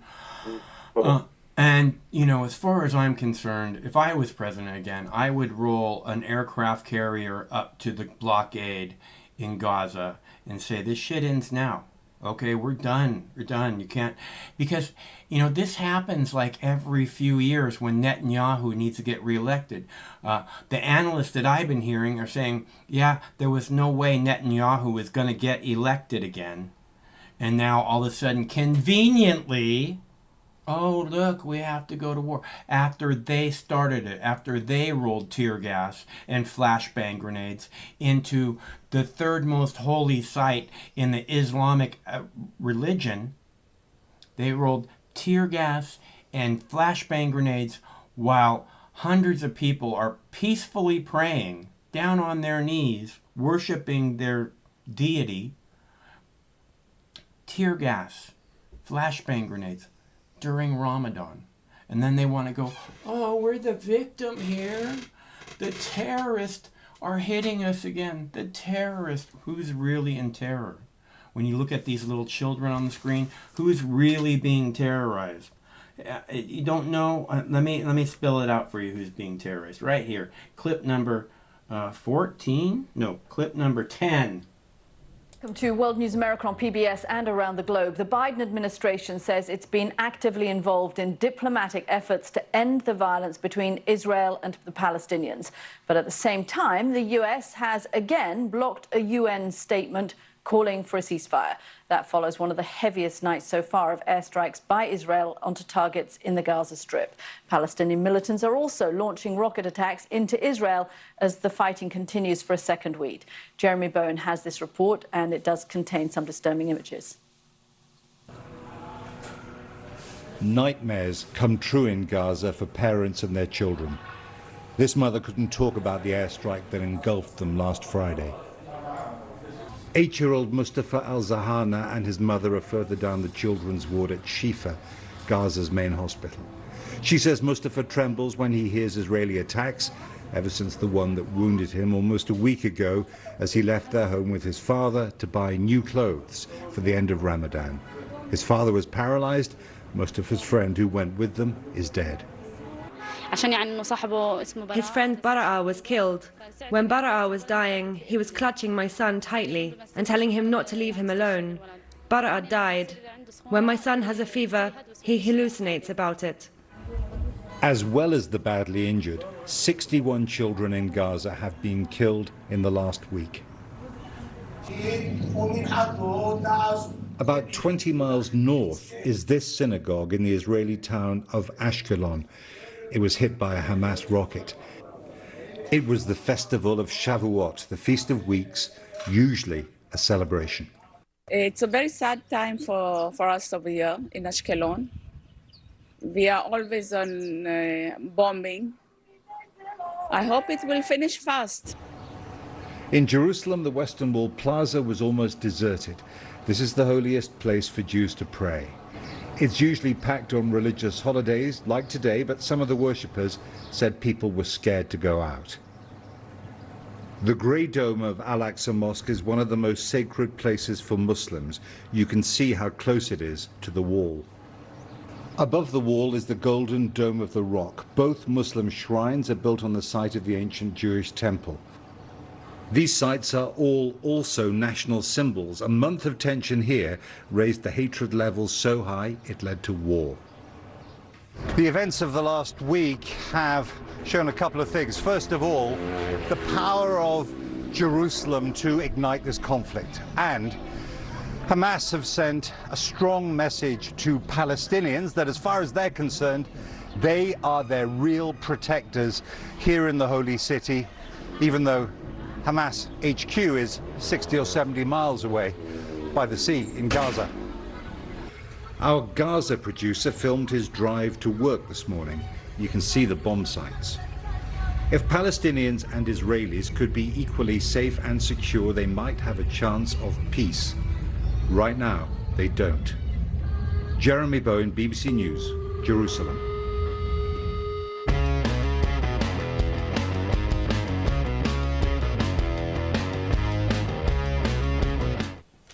Okay, so again, I also have a video about Afghanistan and the troop withdrawal, that we're doing a troop withdrawal, and there's all this increasing violence, right? And I told you there was, back in the day, there was going to be a problem with the withdrawal date again, because there's all this violence. How can we leave when there's all this violence, right? Or there'll be an event in the United States in which won't let us leave. But to me, what I see happening is very convenient, again, for people who don't want the U.S. troops to leave, right? And I would think the Taliban would be very happy about the U.S. troops leaving. So, you know, why would they be, you know, like giving them a reason, you know, not to leave?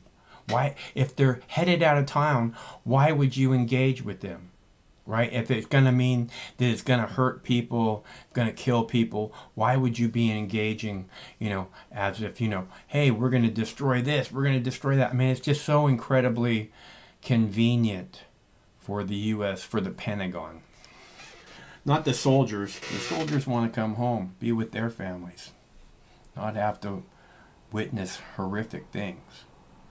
But the Pentagon don't give a fuck about that. I can tell you for sure. Which is sad. Okay, so I have more videos. This is a call-in show. If you want to call in, the number's right there on the screen. 805-669-6397. 805-669-6397. Operators are standing by.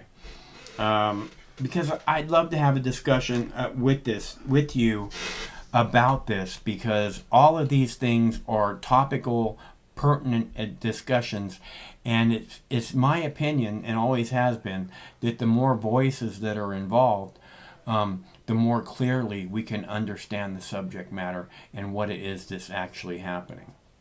Even though some of them may be convoluted and misunderstand what is actually happening, when we listen to what they're saying and then we respond, I believe it opens up that person's eyes, at least maybe a little bit, but quite possibly other people's eyes. They're thinking similar things about, oh, Israel's under attack. What are you talking about? They're just hitting the terrorists. They're just hitting the Hamas, right? Which just isn't true. You saw those babies crying. It's got to break your heart what's going on in Gaza. Otherwise, you're not very human at all.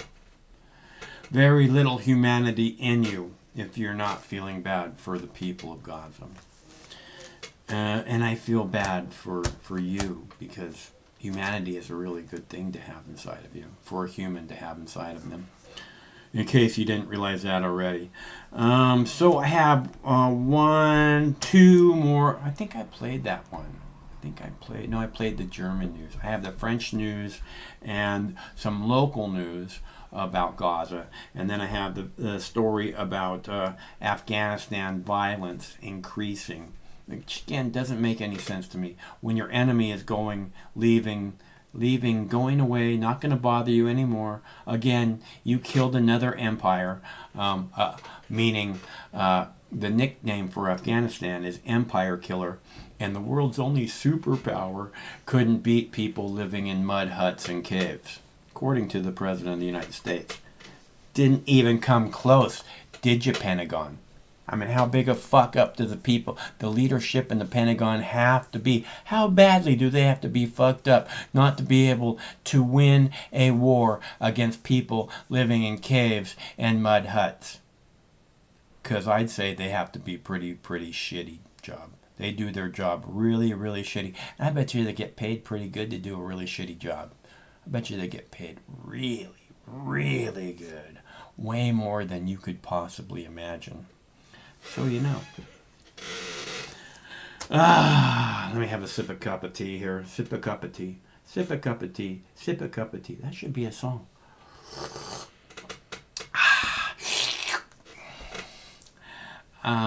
I can play more videos, or you can call and we can have a discussion, or I can talk about lots of different things.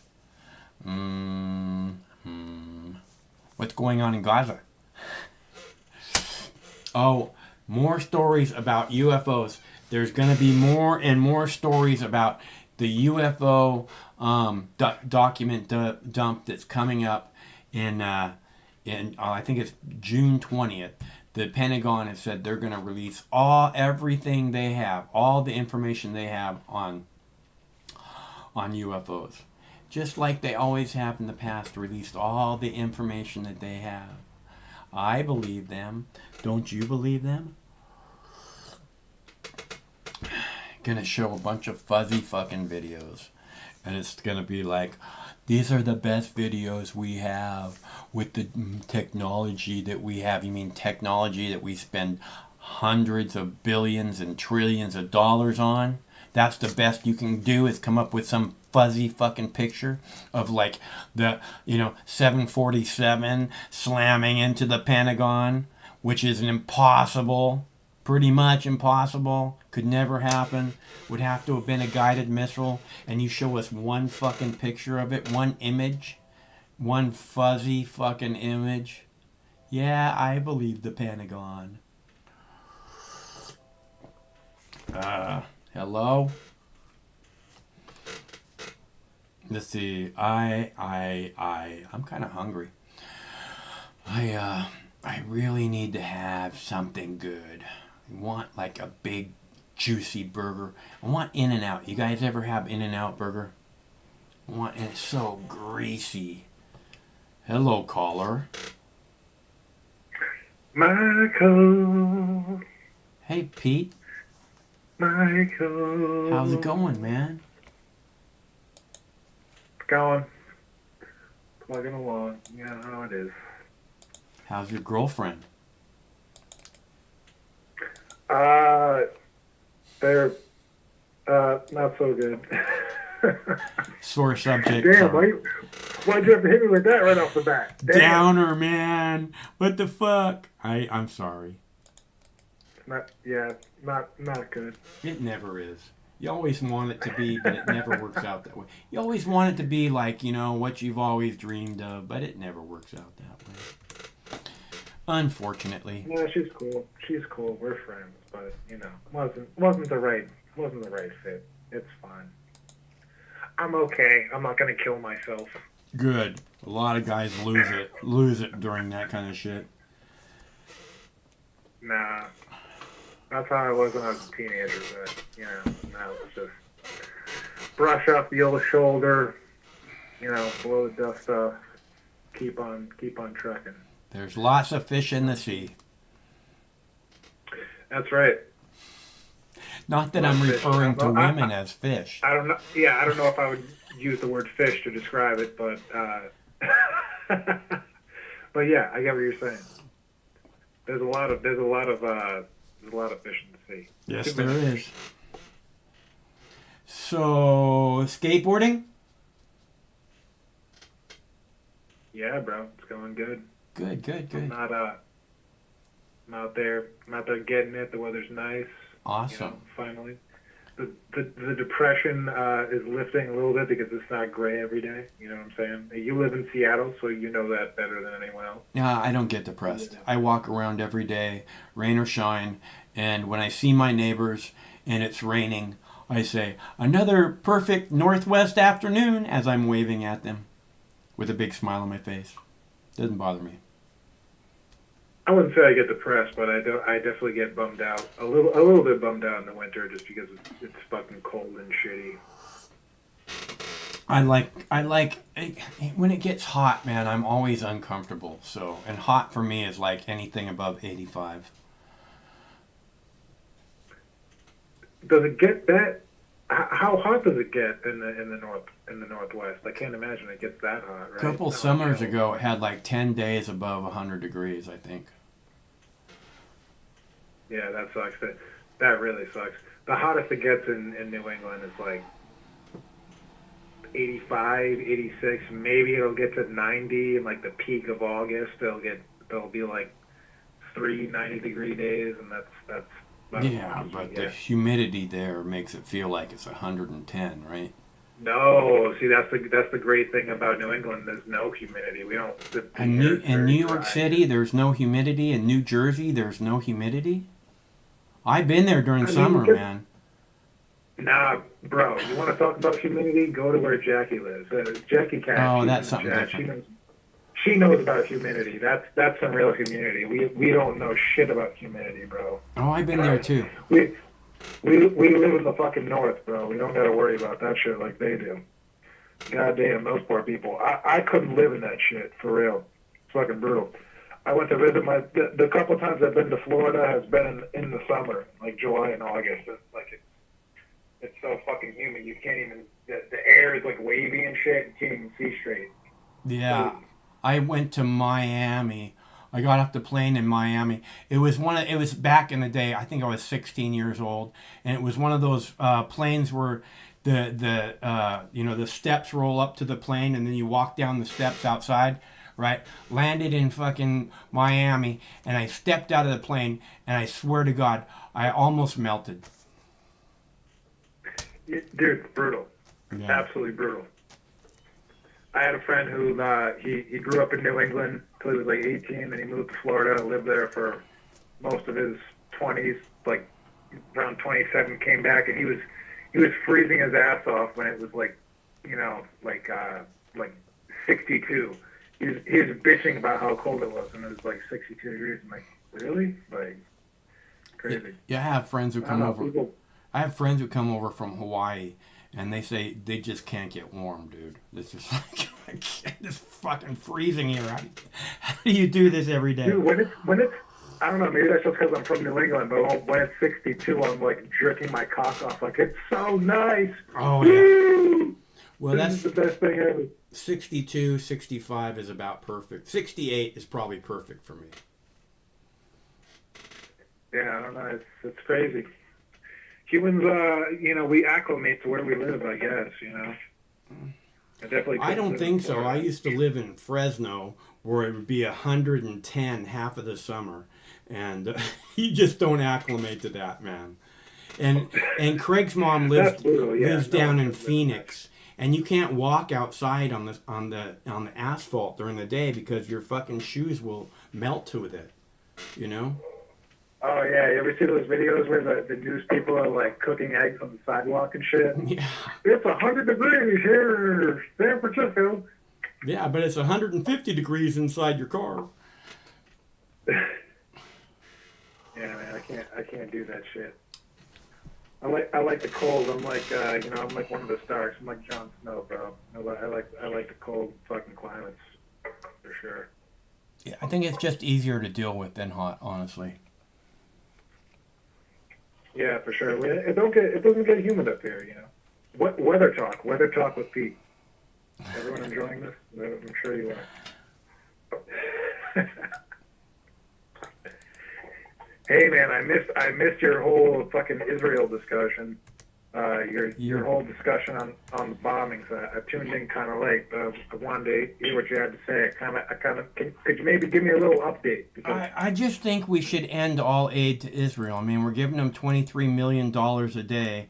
They're sending their kids to college for free. They're committing genocide with your money. I don't know if you heard, but I remember. Stop right there. Stop right there. Wait a minute. So we're giving them 20. Isn't it billions? Aren't we giving them billions of dollars? We're giving them $40 billion over 10 years. Yeah. And their kids get to go. Their college is sponsored by the state, so they pay through it through their taxes. So the kids don't really have to pay for it out of their pocket directly. That's what you're saying? Yeah, they get to go to college for free.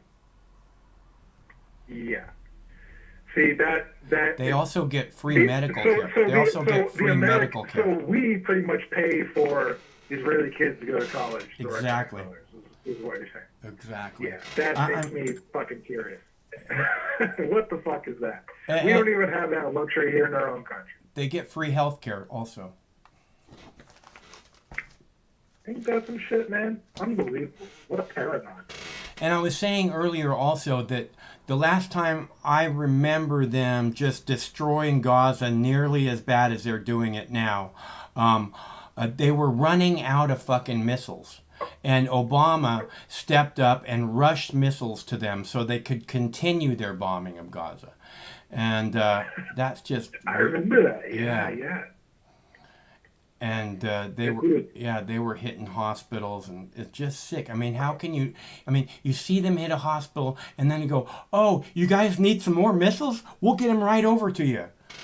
I shouldn't laugh. It's not funny, but it kind of is, because most Americans don't know shit about what's going on in that part of the world, and I guarantee you, if people really did know.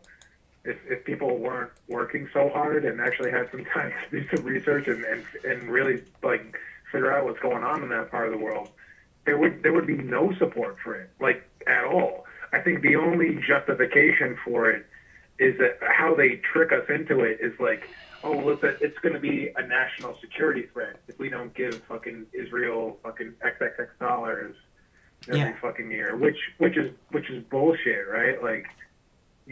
Our foreign policy is not about defending our continent. It's about sending our troops and our money to other continents and imposing our trying to impose our will on other people, right? Through Israel. Yeah. It's so fucked. It doesn't make any sense. No rational American would support that. You know what I mean? But I don't think people really know how bad it is. No, I don't think they do either. But you know what else we were talking about earlier? We were talking about UFOs. I know you're a fan of UFOs. And I'm a big UFO guy. The Pentagon's about to do a giant document dump on UFOs. Everything, supposedly all the information they have on UFOs, they're going to release it on June 20th, I believe. And so we're going to start seeing a bunch of stories on the news about UFOs. And I only bring this up again because you were just saying about a security threat. And I'm already seeing these videos, and every single one of them, there's an expert there, and they're talking about the security threat that this presents, right? Which is, again, idiotic, because cavemen were doing fucking drawings of fucking spacemen and UFOs. The Mayan people fucking dedicated fucking pyramids to it. You know, it's not as if these people were a threat to us. We would know that. Not people, beings were a threat to us. We'd already know that. Yeah, I mean, it's only perceived as a threat because that's the way our government and our military industrial complex is they think of any outside technology that they can't understand as a threat. Like, we need to be the best so that we can conquer and dominate, and like, why can't we just fucking, we got a whole continent to ourselves, you know? Yeah. Why can't we just fucking chill and be, you know, why can't we just be like Sweden or Norway or one of any of these other like neutral kind of countries, just like, whatever, we're just doing our thing, we're just trying to have a nice economy and have a nice living standard for our people. Why do we have to, you know, just why do we feel, why does our government feel this need to perpetuate their dominance? You know what I mean? It's really silly, and it's horrible. You know, I don't know. It's I don't horrific. know, but I gotta tell you, I the more that I look into this, it scares the fucking shit out of me when I look at this shit, like, because I'm into looking into these unidentified aerial phenomenon things. And a lot of them, like there's those triangle-shaped ones that. Oh, I've seen those before. Giant. You're talking about the giant triangles, right? They're black. No, not the giant ones. Okay. They're little one. They're little drone one. We haven't seen any footage. At least the government hasn't released any official footage of like the big ones. Everything they release is gonna be fuzzy video where you can't fucking make out what's going on. I guarantee it. They're probably not even going to really release. Yeah. Anything major or significant, they're not going to release because that could possibly compromise our national intelligence, Michael. We can't have that. You know what I'm saying? They're not going to do any of that shit. But even the shit that they do release is kind of scary. Like just these weird little drone things flying around, and like, bro. Don't be afraid of it. It's not scary. Like I said. I'm not. Look. I shouldn't say I'm afraid of it. It's just the fact that, like, I don't know. There's so much of it. Like the volume of all these. Like when you look at a lot of this shit, there's a lot more of it out there than I really thought. Just with these little stupid drone things flying around, which they might even not be. You know, they might be Chinese or Russian or even American. Probably American. They're probably all American, all advanced. You know, U.S. military aircraft that people film and like, oh my God, what is this? It's probably our own technology, if I had to guess it. And they're you know, trying to. It's just more, you know, they're practicing their surveillance. Yeah, it's the propaganda they use to triple their Pentagon budget again. They're definitely. I mean, yeah, that's what I think a lot of this shit is. That at least what they're showing on the news. Like, I think a lot of it's just our own experimental like drone aircraft. But I don't know. A lot of this shit. We got to get on that Space Force right now, man. Otherwise, we're going to be so far behind. We can't even take care of our own people on this country. Yeah. And we're trying to fly to fucking Mars. I think that I think these people are looking at us and going, man, these people have no priorities whatsoever. I'm sorry, not people, beings. At least the rulers, yeah, for sure. I mean, I wouldn't disagree with you there, bro, for sure. Our leadership is fucking garbage. Yeah. I gotta take a break, Pete. All right, bro. Okay, it's good to hear from you. Good to hear from you, too. Sorry about the girlfriend. Nah, it's cool, bro. Ain't nothing but a G thing, baby. I hear you. All right, I hope I talk to you soon. Bye-bye. Bye. That wasn't much of a Pete sign-off, was it? I expect more from a Pete Signoff than bye-bye. I think that's the only time he's ever said bye-bye. Bye-bye. That is definitely not what I expect from Pete. Okay, so let me play one more video here about... I want to play this video about Afghanistan, and I want you to think about how convenient it is that a U.S. is that all this violence is now going on in Afghanistan, right? Not that there wasn't violence before, but all of a sudden there's this big uptake in violence, right? Which makes no sense unless the Taliban want the military to stick around, right? You give them a reason to stick around, and they're going to use everything in their power to make that happen.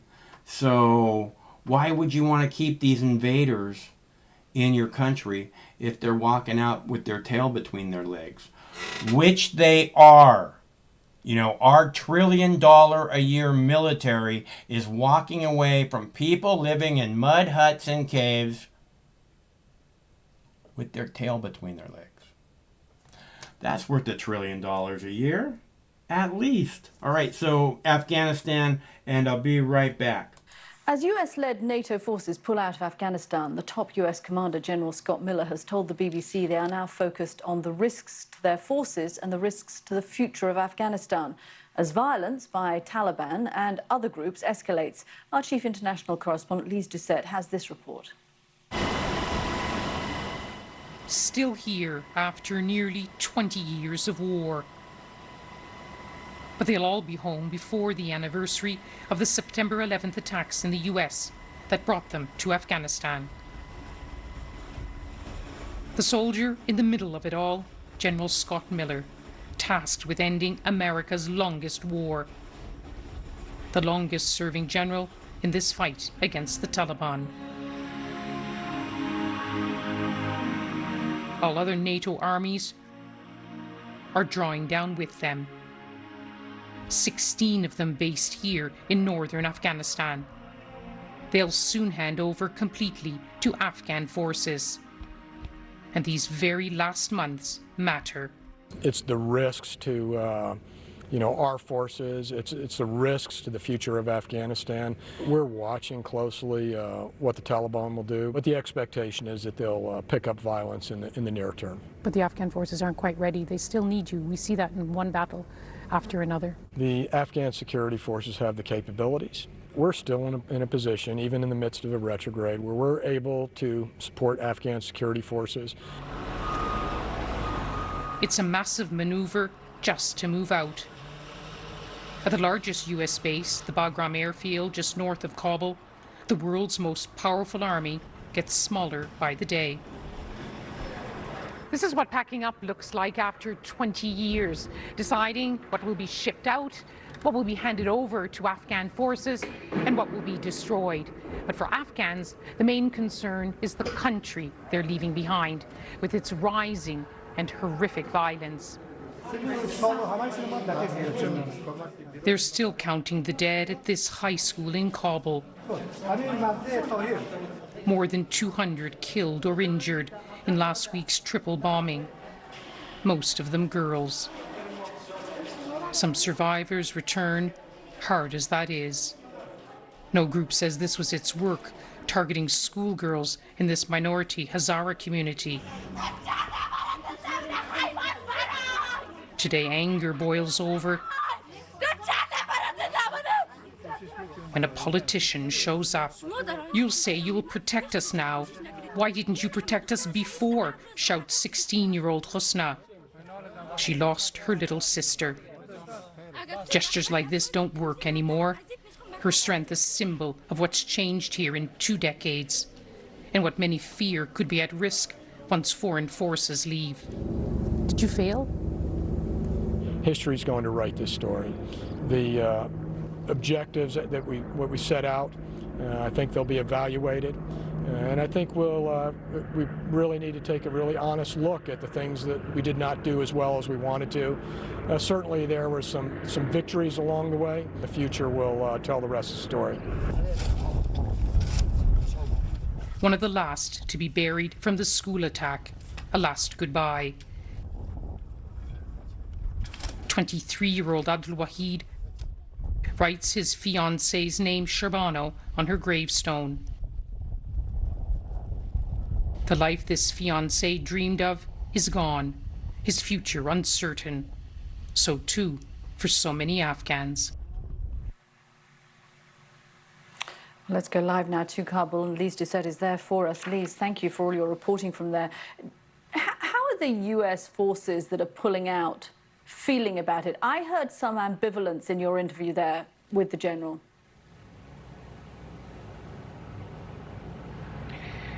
Well, as President Biden, of course, who's the commander-in-chief, said, there's no right time to leave Afghanistan.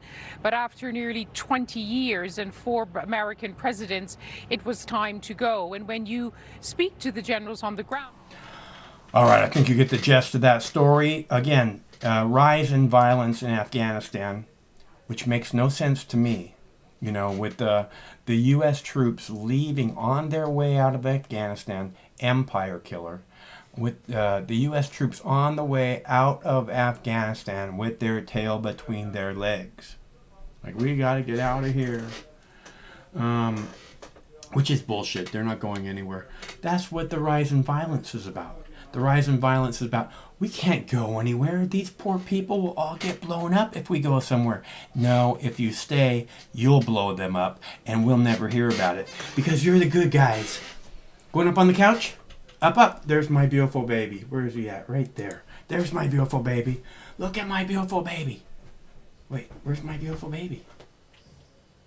My beautiful baby's right there. Where's he at? Oh, that camera's not working? I'll have to check it. Excuse me for just a second here. I'm going to have to play the white privilege card. Because you know how I love playing the white privilege card. Trump won the election. Among the suspects' possessions, this is real, a white privilege card. I want you to take a look at this. It's a fake white privilege credit card. Subtitle, Trump's everything. The card holder, scot-free, with 2 T's. Scot-free is actually spelled with 1 T, but, you know, 2 T's on that card. That one piece of evidence, an insight into the man's state of mind, that he can get away with anything because of his skin color. His lawyer saying this to CNN. This was a guy... All right, so that's my new thing, playing the white privilege card. Love doing that as much as possible. I have 1 video left. Actually, I have 2 videos left, and the bright side. But I'm really fucking hungry. Let me see. I have a short video about Gaza. I think we've seen enough about Gaza for one night. Not that I'm not going to go and look at more, because I want to make sure not to miss anything.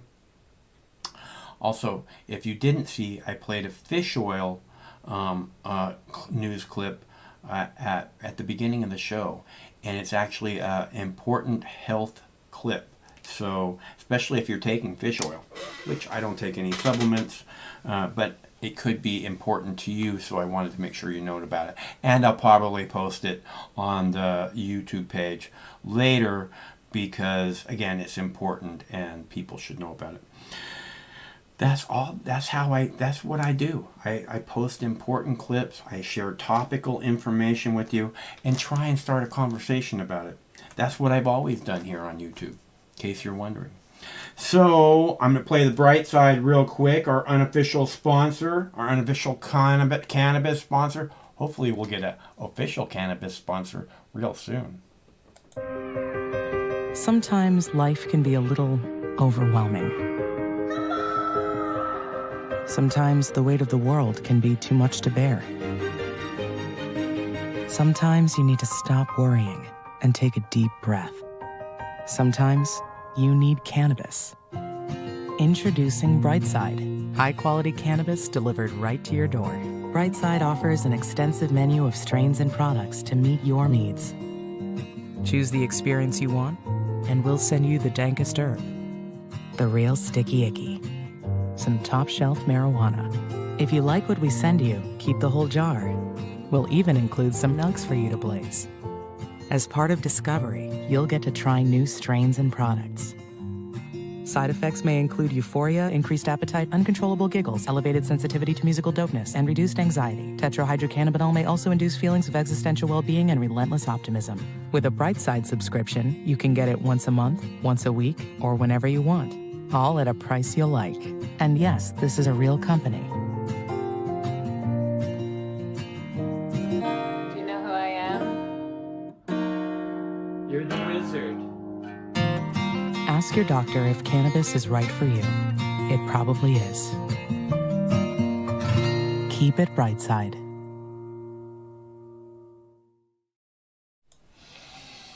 My Boo Bear's laying down by the river, but for whatever reason, his camera's not on or something. So I'll fix that for tomorrow night's show because everybody loves the Boo Bear. Everybody loves the Boo Bear. So let's see. What videos do I have left?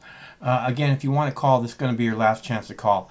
I did want to talk about the crypto market. The crypto market for the last few days had just been in the shitter, right? And there was a rumor, supposedly a rumor, that Tesla sold off all their bitcoins, right?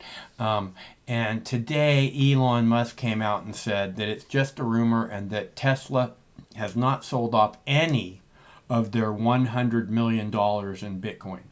So, in other words, Bitcoin is still a good investment. At least that's the way I see it. When Tesla's hanging on to that much, it sounds like to me. And that's the reason the market is turning around. Because if anybody's wondering, it was in the shitter the last few days. That's for certain. Since at least Friday or Thursday, Elon just needs to keep his mouth shut. Then we wouldn't have this problem in the first place.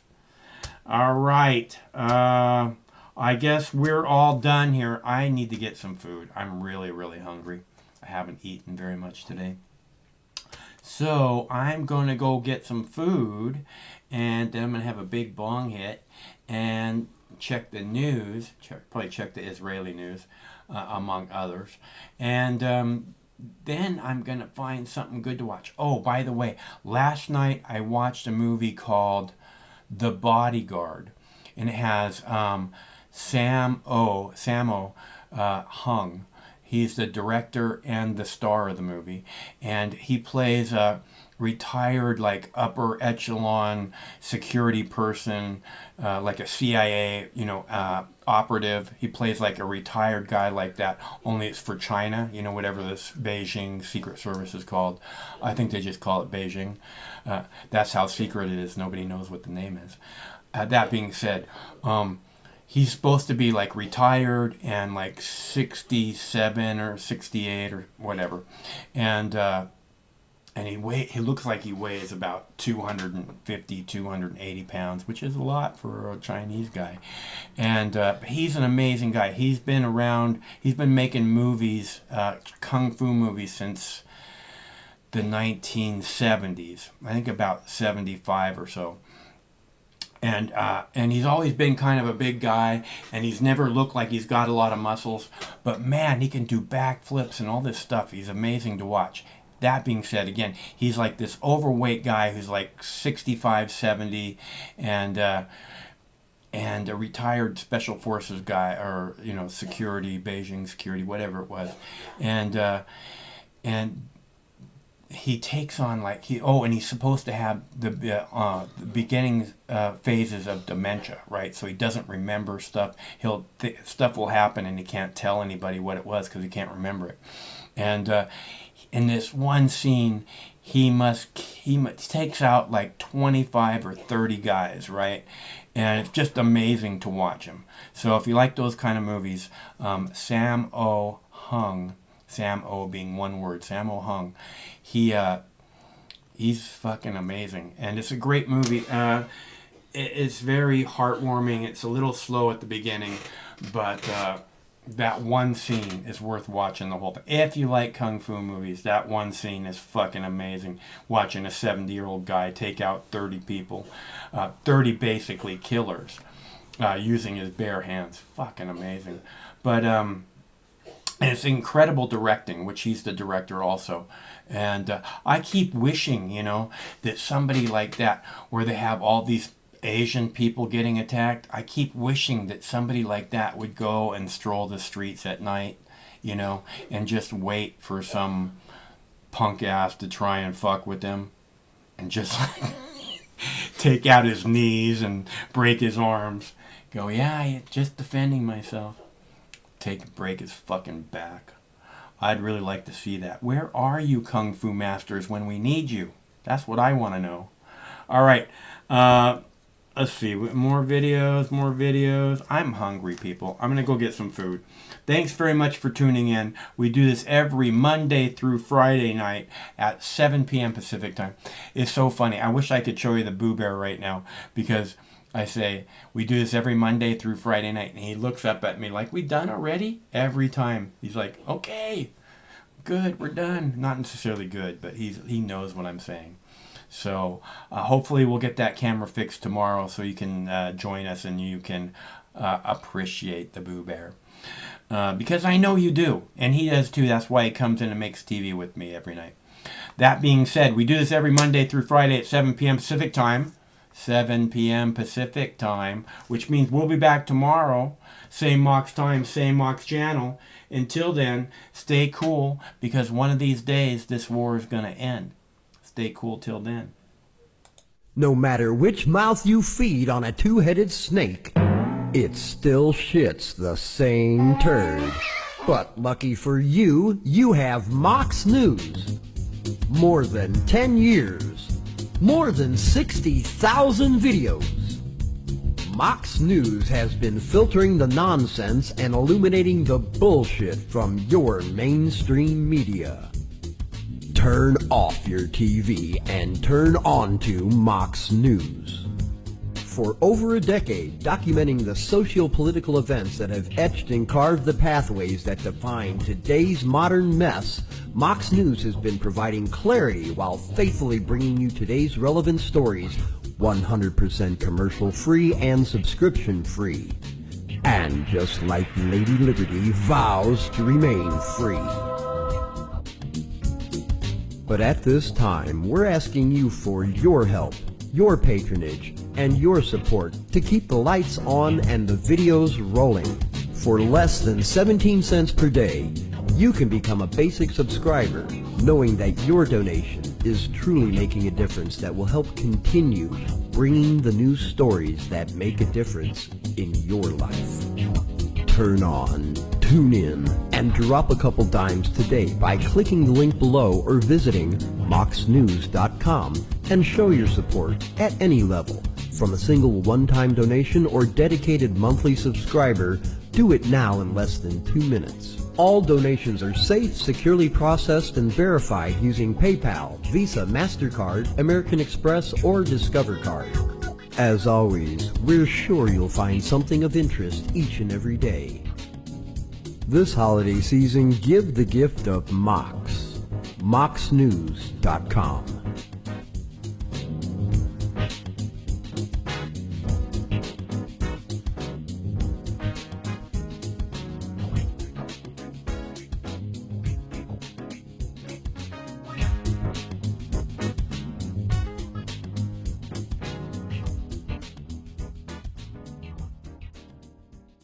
I mean, this coalition of misfits, and they cobble together and they don't attack each other, they stay united. I wish the coalition of misfits, and they cobble together and they don't attack each other, they stay united. Coalition of misfits, and they cobble together and they don't attack each other, they stay united. Coalition of misfits, and they cobble together and they don't attack each other, they stay united. Coalition of misfits, and they cobble together and they don't attack each other, they stay united. Coalition of misfits, and they cobble together and they don't attack each other, they stay united. Coalition of misfits, and they